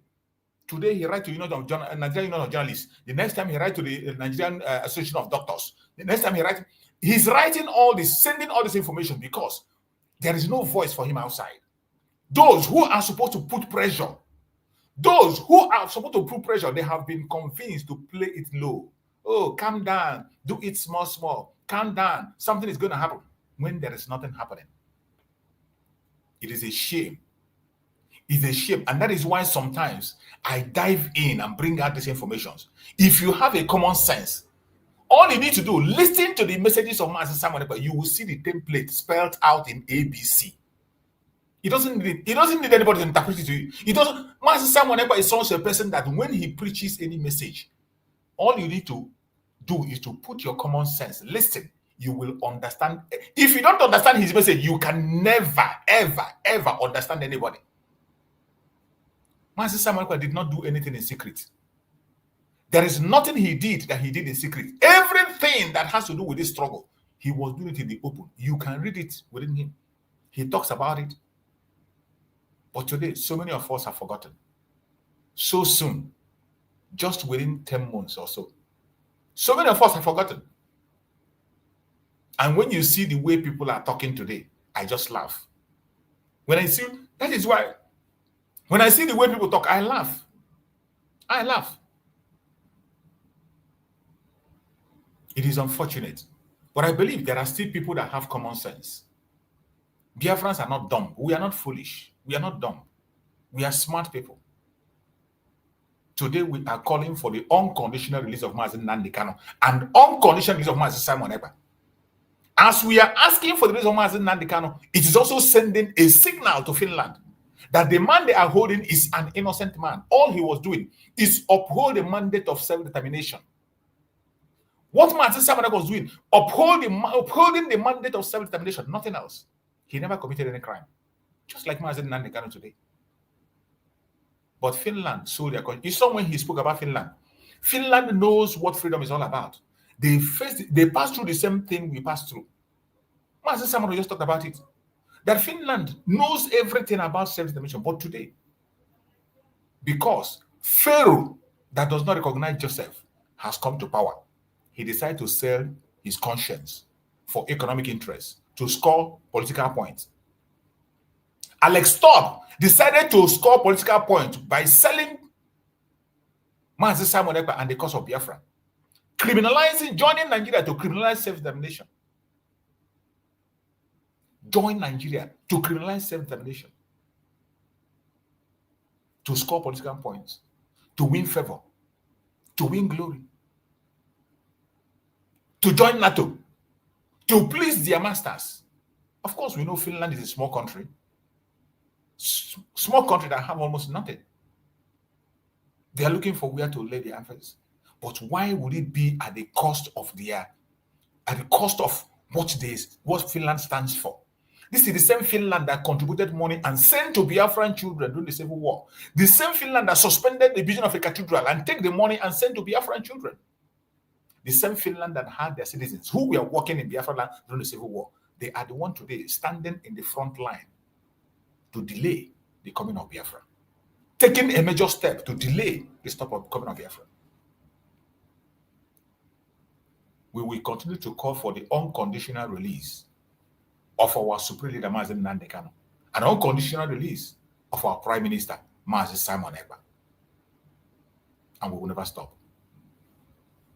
So, why should we be sleeping when he is not sleeping with pillow? How? Now let us continue.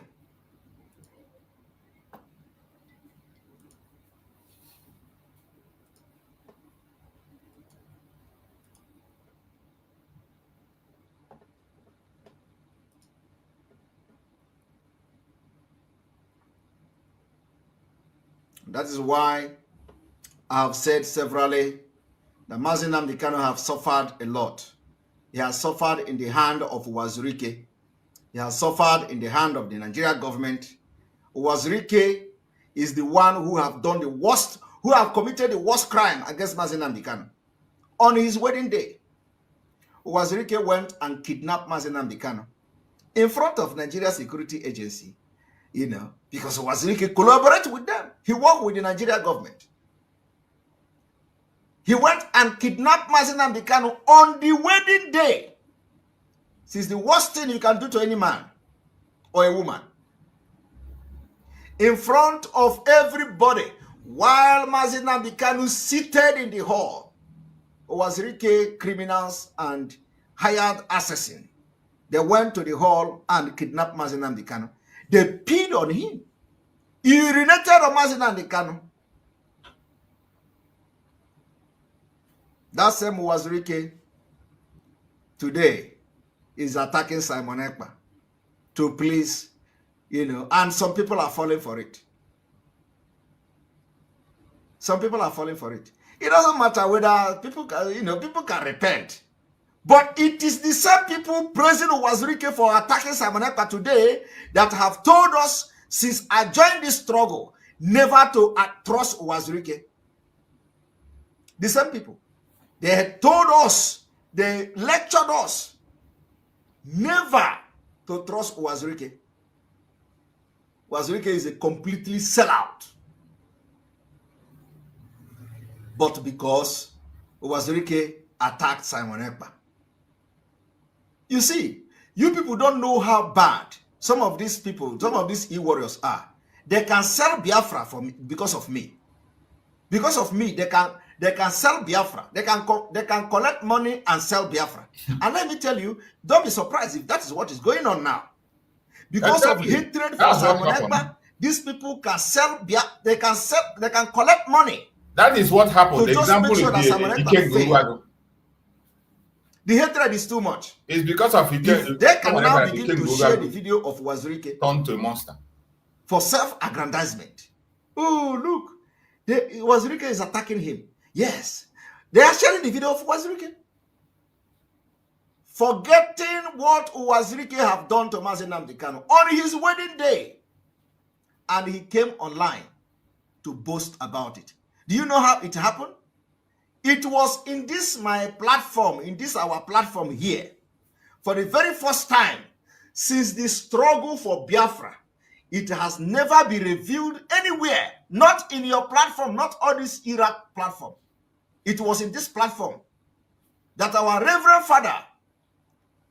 Father Bob, who is a Biafra army veteran, Reverend Father Bob from the US, he came to this platform and revealed it to the world for the very first time. Since all these years you have been fighting for Biafra, all these years you have been following, you say you are in IPOB, all these years you have been in IPOB, it was not revealed to you.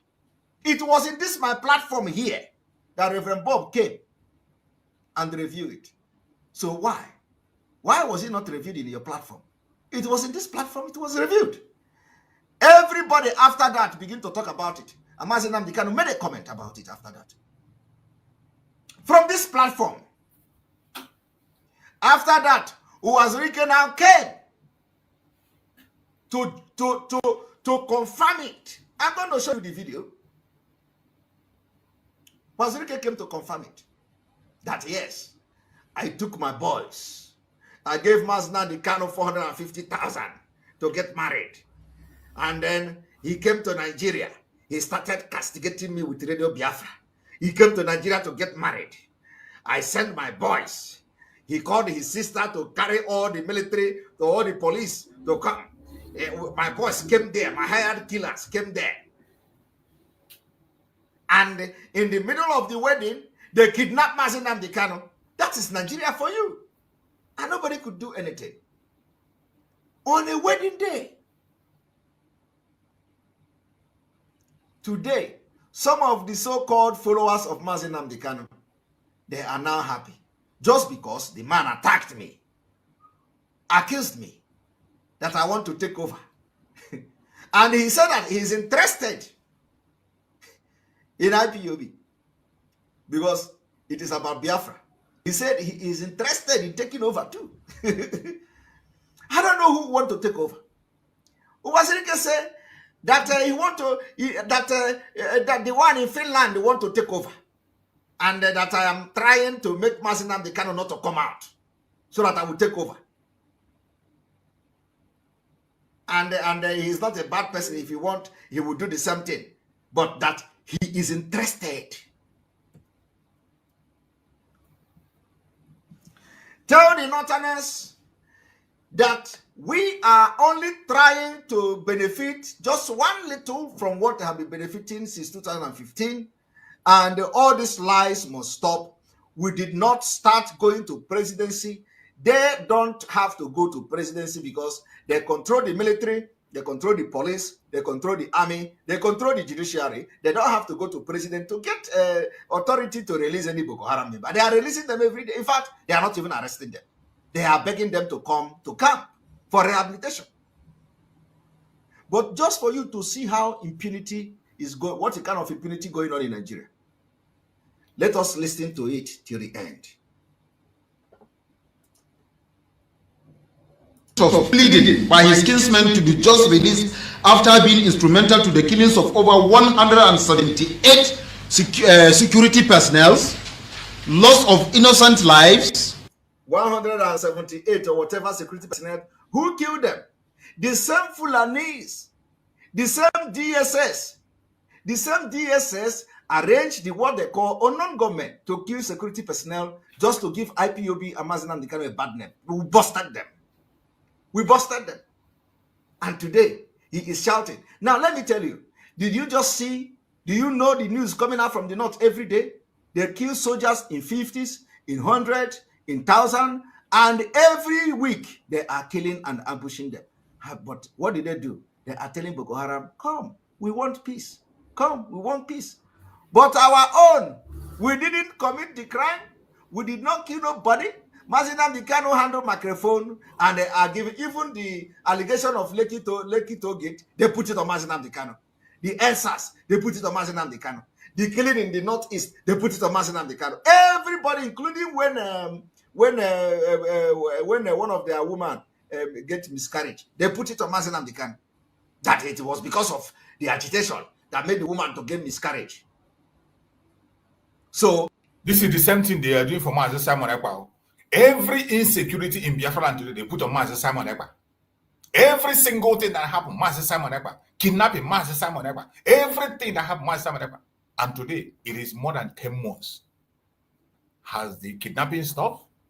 Has the insecurity in the southeast stopped? Have it reduced? Instead, it has intensified and increased to the highest level. The death of Biafrans have increased. But all this while, they say, oh, Mazi Simon Ekpa is the one killing our people. Mazi Simon Ekpa is the one killing the Biafrans. Biafrans killing the Biafrans. Mazi Simon Ekpa is the one creating problem. The same thing they did to Mazi Nnamdi Kanu is what they did to Mazi Simon Ekpa. This same thing Mazi Simon Ekpa is preaching here. Exactly the same is preaching here. That is how they turned it against him. And Finland took that false information. Finland, of all people, took false information given to them by a terrorist government. And they believed it, up to the extent of sentencing our prime minister. And we believe, no problem, we are going to see the outcome of the appeal this month. By the special grace of Chukwu Okabe, this month, the appeal is going to come up. And we will see what is going to be the outcome. Because we know self-determination is never a crime, has never been, and will not be. They are not charging Mazi Nnamdi Kanu for miscarriage. Oh, my people. That is how evil the Nigeria is. And we don't need to be part of this kind of country. And if you think that some of you that are still not, part of what we are doing, you better think twice. Because you may not live to tell the story. Biafra is a spirit. Let us continue.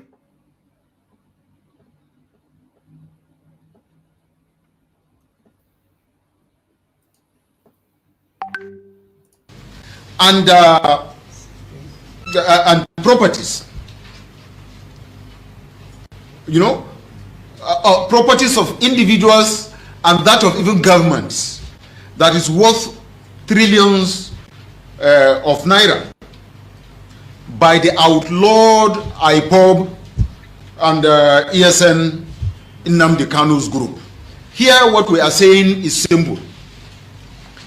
It is impossible as Northerners to believe that some group of people, to be precise the Igbos, after so many lives were lost in the name of Nnamdi Kanu and IPOB / his ESN outlawed organization, that so many lives were lost, properties destroyed, more than almost 200 security personnel were killed, government properties destroyed, individual properties destroyed, yet Igbo leaders didn't consider to go to visit the president in an issue that will bring Nigeria together to discuss Nigeria, to discuss the future of Nigeria, to discuss the development of Nigeria. Instead, they are going to request for president to release someone who is...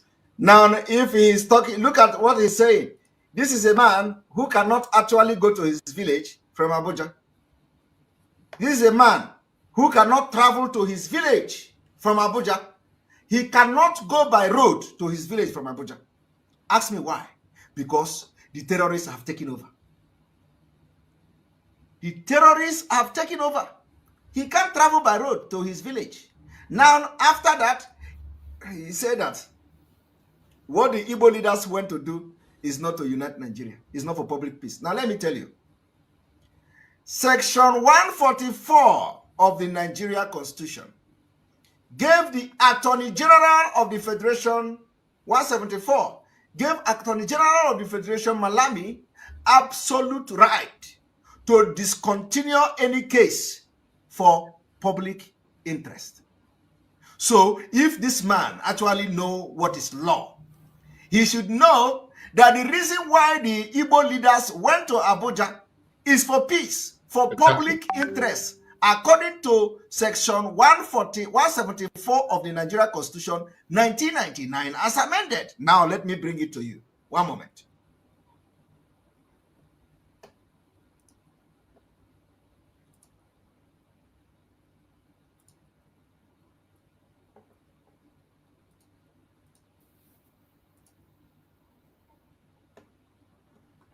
So when they tell you Igbo leaders went to Abuja, instead of going to unite Nigeria or for peace, you see, tell them that they are lying. All those propaganda to make the presidency not to release Mazi Nnamdi Kanu unconditionally will fail. It will be dead on arrival because we will be teaching them every day. We will remind them that Nigeria Constitution, which we know they don't respect, but we continue to remind them until Mazi Nnamdi Kanu is released. So this man here instigating the Nigeria presidency against the Igbo leaders must be condemned. Now, let me tell you, this 174, Section 174 of the Nigeria Constitution, 1999 as amended. What does it say? Section 174 of the Nigeria Constitution 1999 as amended. It reads, the Attorney General of the Federation shall have power, A, to institute and undertake criminal proceedings against any person before any court of law in Nigeria, other than a court martial, in respect of any offense created by or under any act of the National Assembly. To take over and continue any such criminal proceeding that have been instituted by any other authority or person, and this C.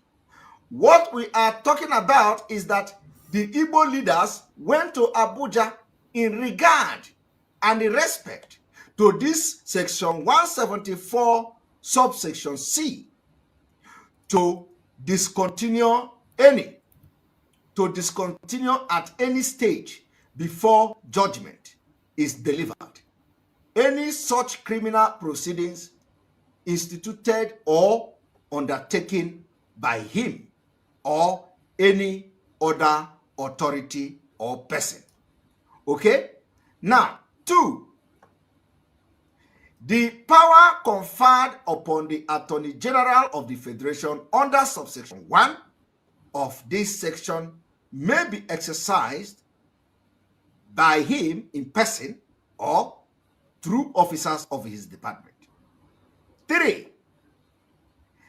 In exercising his power to release Mazi Nnamdi Kanu unconditionally in this section, under this section, the Attorney General of the Federation shall have regard to the public interest. So it was because of the Nigeria public interest that made the Igbo leaders to visit Abuja. Why then is the Fulani man instigating that the Igbo leaders went to Abuja? Not because of the Nigeria progress, not because of the safety, not because of the interest of Nigeria and all that. So if actually they went to Abuja to make sure that Mazi Nnamdi Kanu is released in regard for public interest, because if he is not released, we are going to burn down Nigeria. And believe me, it is going to happen if they don't release him.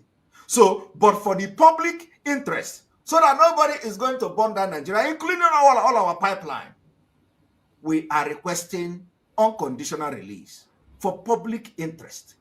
And this man is saying they went to Abuja not to discuss the public interest of Nigeria, not to because. So what are the interests they went to discuss? If it's not for this subsection 3 of the 1999 Constitution 174, for public interest, the interest of justice and the need to prevent abuse of legal process. The legal process has already been abused with impunity. The legal process has been abused. During the trial of Mazi Nnamdi Kanu, the trial of Mazi Nnamdi Kanu have witnessed the abuse, the complete abuse of subsection 3 of this Constitution of Nigeria. And do you know how it has been abused? To prevent abuse of legal process, they have abused the legal process. First of all, they abused it by bringing Mazi Nnamdi Kanu to court without his counsel in the first day. The first day they bring Mazi Nnamdi Kanu to court, when he arrived in Nigeria from Kenya, they masked him. They presented him to court without informing his lawyer. That is abuse of section 174, subsection 3 of the Nigeria Constitution.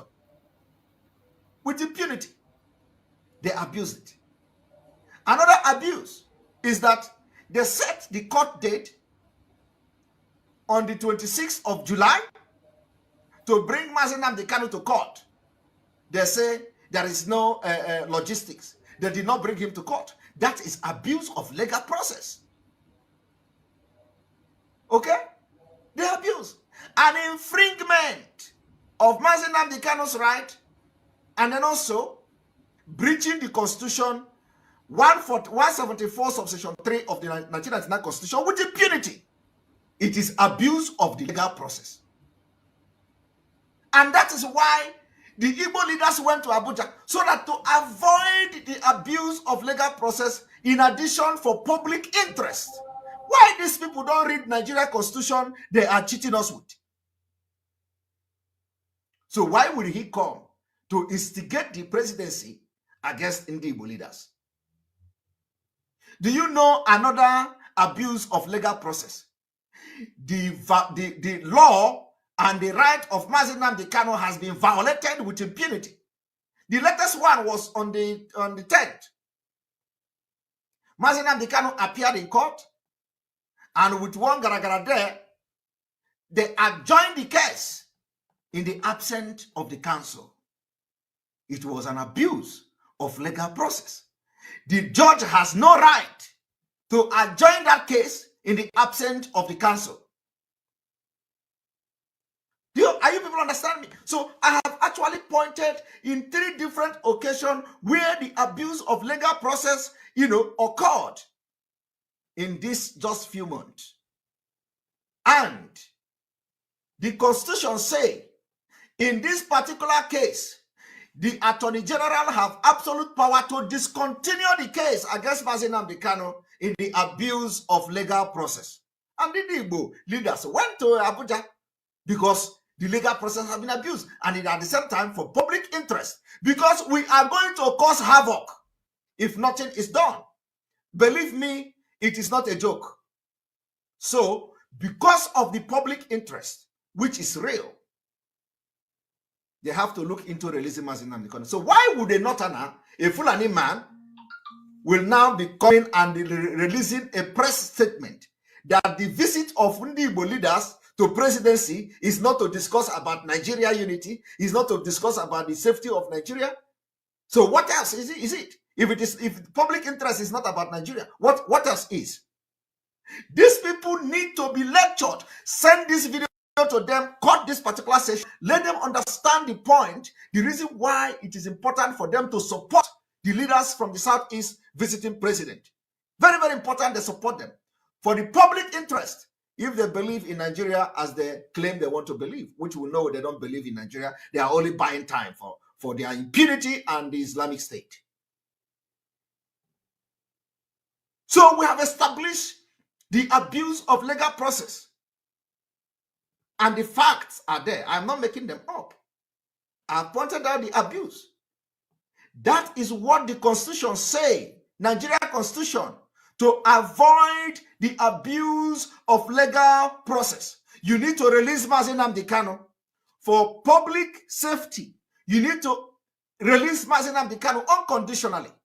For public safety, you need to discontinue the charges against him because he did not commit the crime. Self-determination is not a crime under Nigerian law. So it is impossible to sentence Mazi Nnamdi Kanu. So now, why would you want to keep him when you know it is impossible? And for the public safety, all this need to be done. So now you have all listening to it. Let us continue.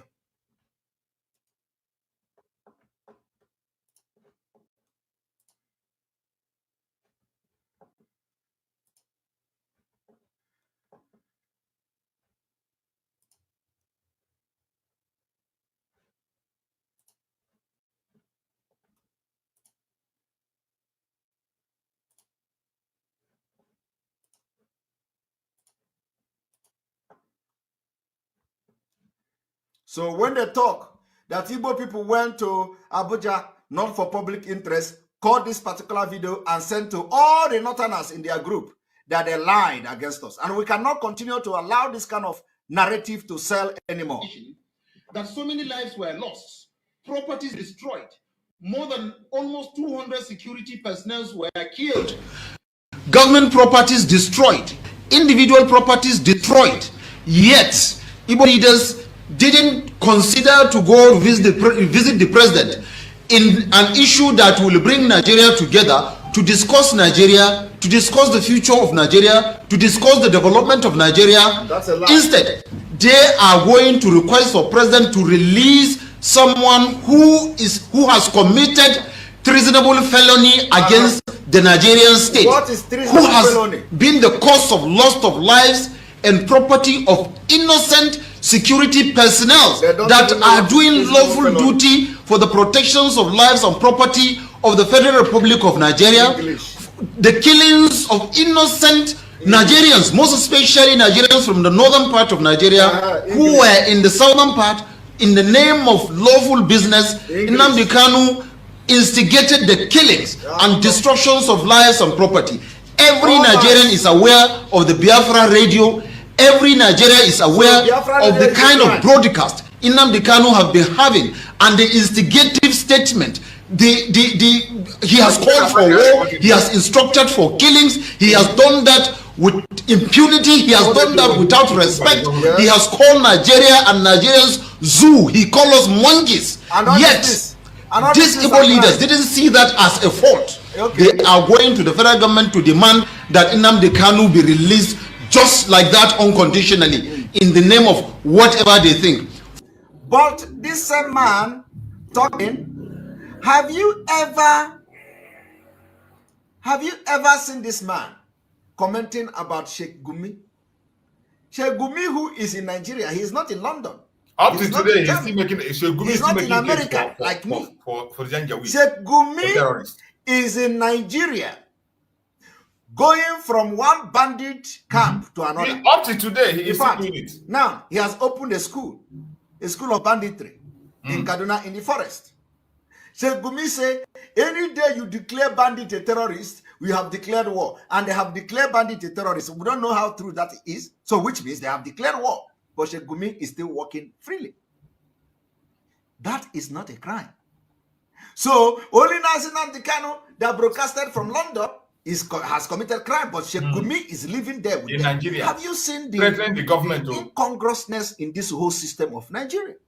Injustice. Every time, even now when we went to Abuja to release Mazi Nnamdi Kanu, it becomes a problem for them. But they have been releasing their own people every day. Even those who have committed crime. But Mazi Nnamdi Kanu didn't commit any crime. Sheikh Gumi is romancing bandit spokesman, negotiating for them, advocating for them, telling them to go and kidnap children from school and collect ransom. And nobody have arrested him. But this man did not see that. He cannot comment on that. His problem is the broadcast of Mazi Nnamdi Kanu. Now tell me, which one is more aggravated crime, if there is any crime in it, by broadcasting or by speech? Is it the Sheikh Gumi speech or Mazi Nnamdi Kanu speech?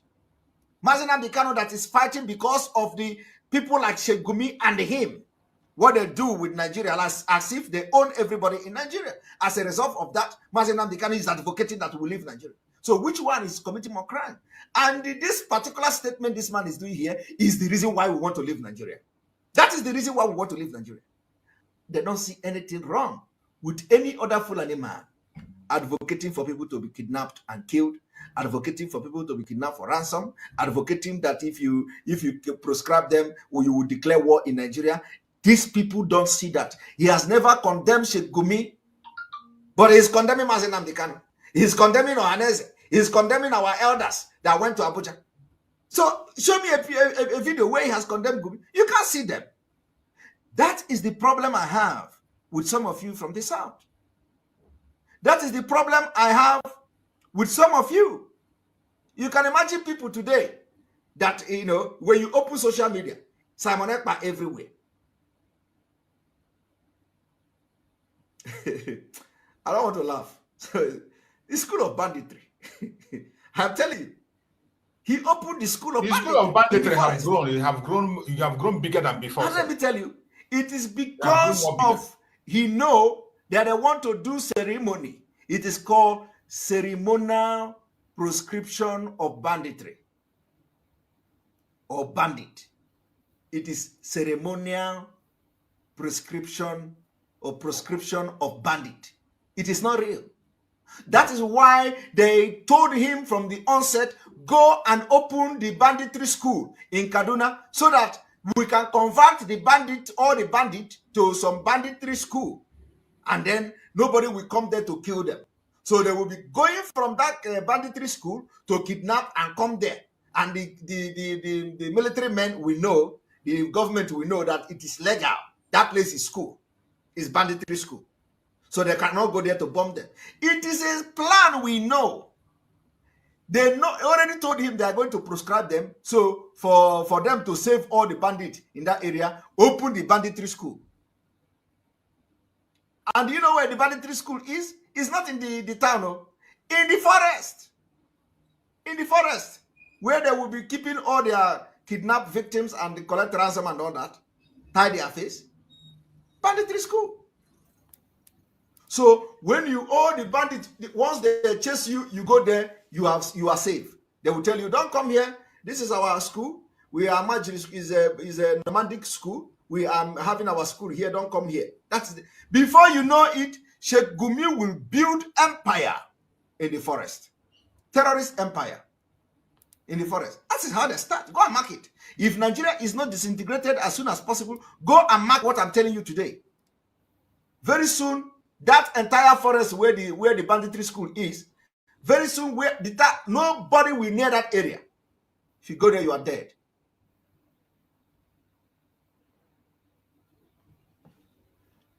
That is why you need to rise up and support Nigeria disintegration. For as long as the president deems it fit to provide that opportunity for the Igbos to go and begin to demand for Nnamdi Kanu, there are so many other northerners that were arrested in issues that is not even as close as that of Nnamdi Kanu. Okay. But no northerner has ever gone to the president to request for the release of those people, because we know the law, we believe in the law, we respect the law, and we are allowing the law to take its course on anybody that commits whatever kind of crime. You know the law. Look at how they lie. Mention one person, one prominent criminal in the north that has been arrested and is facing prosecution. Mention one. But yet the Igbos are not seeing what Nnamdi Kanu or what Nnamdi Kanu did as anything faulty. They are even going to request that he should be released unconditionally. We even heard they were already mobilizing to begin to visit northern areas to lobby them to go to President Buhari and ask for the release of Nnamdi Kanu. We, the Northern Consensus Movement, in the past made a declaration of 100 million for whoever produces Nnamdi Kanu to us for onward delivery to the federal government. Coincidentally, the security agencies did their work and arrested Nnamdi Kanu and got him delivered. We also said Nnamdi Kanu should be prosecuted, and those responsible or sponsors of Nnamdi Kanu and his outlawed IPOB and ESN be investigated, brought to book, and then charged according to the law. All this we have done, and then just for the Igbo leaders to feel that all this is rubbish as far as they are concerned, and they are demanding for the release of Nnamdi Kanu, then we'll look at somebody who no longer travel to his village. He's talking this. He's saying this rubbish. Somebody who have given and ceded his land. Of course, he's not even. He's saying he ceded his land is just. Is not even fact. The point is that they have collected the Islamic State. They are conquering the north. It is them. They pretend they don't know what is happening. The entire land of the northeast and the northwest has been taken by Boko Haram, and he's not bothered. He's bothered about Mazi Nnamdi Kanu. Will have been left with no option then than to begin to also mobilize our groups and opinion leaders of also the members of those that lost their lives and properties in the instigated Nnamdi Kanu killings to also go to the president and demand, as usual, the payment of compensation for the life lost, also for the properties lost, and also to demand for the release of those northerners who commit various offenses at various times that have been arrested that we never asked for their release. Since this is now the precedence that is about to be set, we will also do that. And if okay, how many people from the other side of Nigeria have tried to follow the president of releasing terrorists, Boko Haram, and rehabilitating them and sending them and recruited them into Nigeria army? Have anybody from the other part of Nigeria, done that? Have anybody from other part of Nigeria protested and say, okay, now we are going to, to the presidency or going to any, because of course we have to go to presidency because we don't have anybody in the army, we don't have anybody in the police, we don't have anybody in the judiciary, so we have to go to presidency to complain. But have anybody complained about releasing Boko Haram? People are complaining, nobody care. They don't care. Today, the same Boko Haram that have been recruited into Nigeria army are in Olu. They are in our mama. They are in Ihala. They are in Izombe, killing our people. And these people did not see it. They did not see the carnage of the Nigerian military in Enugu. They did not see the carnage of the Nigerian military in Anambra, in Ebonyi, in Imo State, in Abia State, in Cross River, in River State, in Akwa Ibom State, in Delta State. They are not seeing these things. But they are walking from Abuja. They are traveling to Niger Delta to work with a helicopter every day. Every day.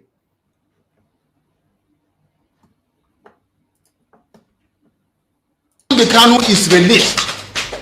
If Nnamdi Kanu is released after all these things, also we would also have to take the next option of also mobilizing our people to do the same thing Nnamdi Kanu is doing, since we know that at the end of the day, all that is needed is only for our emails to go to the president and request for the release of those that are perpetrating this act, and then the president will release them.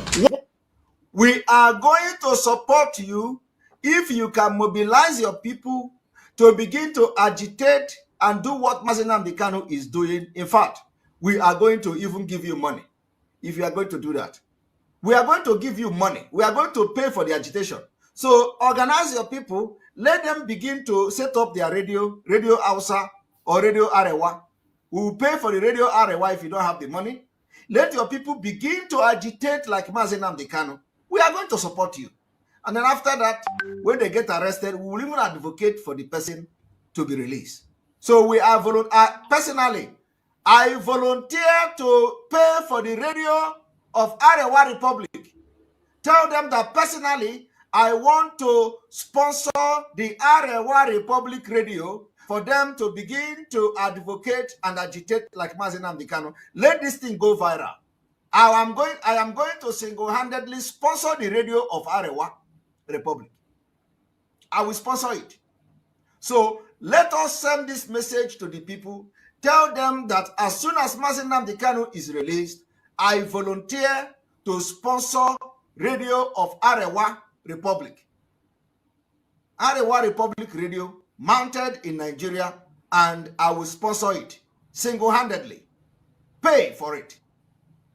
Let them start. We don't even need them to, I want to sponsor that particular one. I want to sponsor that. So tell them that I have volunteered to sponsor the radio so that they will do what Mazi Nnamdi Kanu is doing. Is a welcome development, and there is no going back. My fellow Biafrans, I hope you have had this very powerful program from our Prime Minister Mazi Nnamdi Kanu. It is a very huge one. And we are going to continue with this program later on in the evening, when we are going to bring you some other full update on the protest. Remember, today is 1st of October, and the protest for the freedom of our school, Mazi Nnamdi Kanu, is going on in Abuja. In as much as we know that the government, anything that has to do with Igbo Biafrans, they treat it differently. And people are skeptic. Turnout is not the way you expect it, even though it was called a mega protest. But from all we are saying, and from all we saw, and the message that came from the person that is sponsoring it, the turnout is not as expected. But I bet you in the evening, we are going to try to bring out the videos that are coming from that very event. Hopefully, we can get some interviews from that very event. So we are going to end this program. We'll spend more than 4 hours on this very morning program, and we have spoken a lot at length. The most important thing is that do not relent. And I want you to remember, governments do not release their prisoners out of pity. They release their prisoners out of pressure. Wherever you go, remember it. Governments of the world, they do not release their prisoners out of pity. They release their prisoners out of pressure. So wherever you are watching this program from today, remember, today is not a day for independence for us. It is a day we come out to show that we are not part of Nigeria. It is a day we used to display to the world that anything called a zoo, we are not part of it. It's a day we reject the chain they have put in the hand of other Nigerians. It's a day that will come out to make a very loud and clear statement. Today, we come out to make a very loud and clear statement. And for those who will ask me, what is that statement? It is a statement that builds the pillar of what we are doing today. A statement that every Biafra must key into. And I want you to pay attention to this very statement from our Prime Minister, Mazi Nnamdi Kanu. I want every one of you to remember these 3 words. Nigerians, we are no more. Southeasterners and Southerners, we cannot become. And Biafrans, we must be. Nigerians, we are no more. Southeasterners and South-Southerners, we cannot become. And Biafrans, we must be. Nigerians, we are no more. Southeasterners and South-Southerners, we cannot become. And Biafrans, we must be. This statement is very clear, and the world should take it at heart. We are not joking. We have made our decision, and that decision is where we stand. It is final. The mega protest of the release of Mazi Nnamdi Kanu continues. We are going to come back later on in the evening to bring some other updates and videos that are going to come out from that very event. As you all know, many people are skeptic. It is not the way we want it to be. But all the same, we must have to pick the positive things and also make use of it for our own advantage. So I appreciate everyone that have played a role in this very platform. I thank you all for joining us on this program. We have our morning program and we also have our evening program. And tomorrow we are going to dig into a very important program tomorrow. The health of Mazi Nnamdi Kanu. There has been some secrets that have been revealed. Mazi Nnamdi Kanu has spoken about the poisoning of Mazi Nnamdi Kanu in the DSS. Some of us are not aware. We are going to deal on that program tomorrow. And a lot of things are going to be exposed. You will hear things that you never imagine can happen. The poisoning of Mazi Nnamdi Kanu, that is our tomorrow's program. Meanwhile, we continue with the protest for the freedom of Mazi Nnamdi Kanu, freedom of all political prisoners of Biafra, and freedom of our Prime Minister, Mazi Simon Ekpa in Finland. We will continue to ask for their freedom at any point in time. Today is one of the days we have chosen. 1st of October, the day they signed and sealed the chain that they want to tie in our hand. And today we are rejecting that chain, telling them we are not Nigerians. We cannot be referred to as Southeast or South-South. We are Biafrans, and that will remain. May Chukwu Okike Abiyama guide and protect everyone that have joined us on this platform. Please, if you have not subscribed or if you have not shared this program, like and share it so that others can get the information that we have gotten. Don't keep it to yourself. Radical evangelism. This is the time we need it. We need radical evangelism. Global awareness. This is the time we need to engage in it. Don't keep silent. Don't wait until Mazi Nnamdi Kanu dies before you take action. If you know what you will do it now. Don't say, oh, let nothing not happen to him. Don't wait until something happened to him. Let us start now. Radical evangelism, global awareness. In your own little way, share the information, share it and make it go viral. Very, very important. May Chukwu Okike Abiyama guide and protect every one of us that have been in that platform, everyone that has supported us from beginning to end. I pray that Chukwu Okike Abiyama guide and protect all the Biafrans in Biafra and everyone that participated on this very protest today. I pray for their safety and security. I pray for their return to their bases. Everyone that played a role in one way or the other, I pray that Chukwu Okike Abiyama will secure them. I pray for our leader, Mazi Nnamdi Kanu, that Chukwu Okike Abiyama will grant him healing, strength, give him revelations, give him power, sustain him until he joins us very soon. I pray for our Prime Minister, Mazi Simon Ekpa, wherever he is. We pray for sound health. Any evil plan they are making against Mazi Simon Ekpa shall return to the sender. Whatever pit they dug for Mazi Simon Ekpa, they will fall into it. Any evil orchestration will be turned around. Whatever decision that have been made against Mazi Simon Ekpa is going to be turned around. Everything will work for good for Mazi Simon Ekpa and Mazi Nnamdi Kanu because the addition of Chukwu Okike Abiyama. No weapon formed or fashioned against us as Biafrans shall prosper. No weapon formed or fashioned against our leaders shall prosper. Thank you so much for being on this platform. See you again later in the evening by the grace of Chukwu Okike Abiyama. Thank you so much and stay blessed. Bye-bye.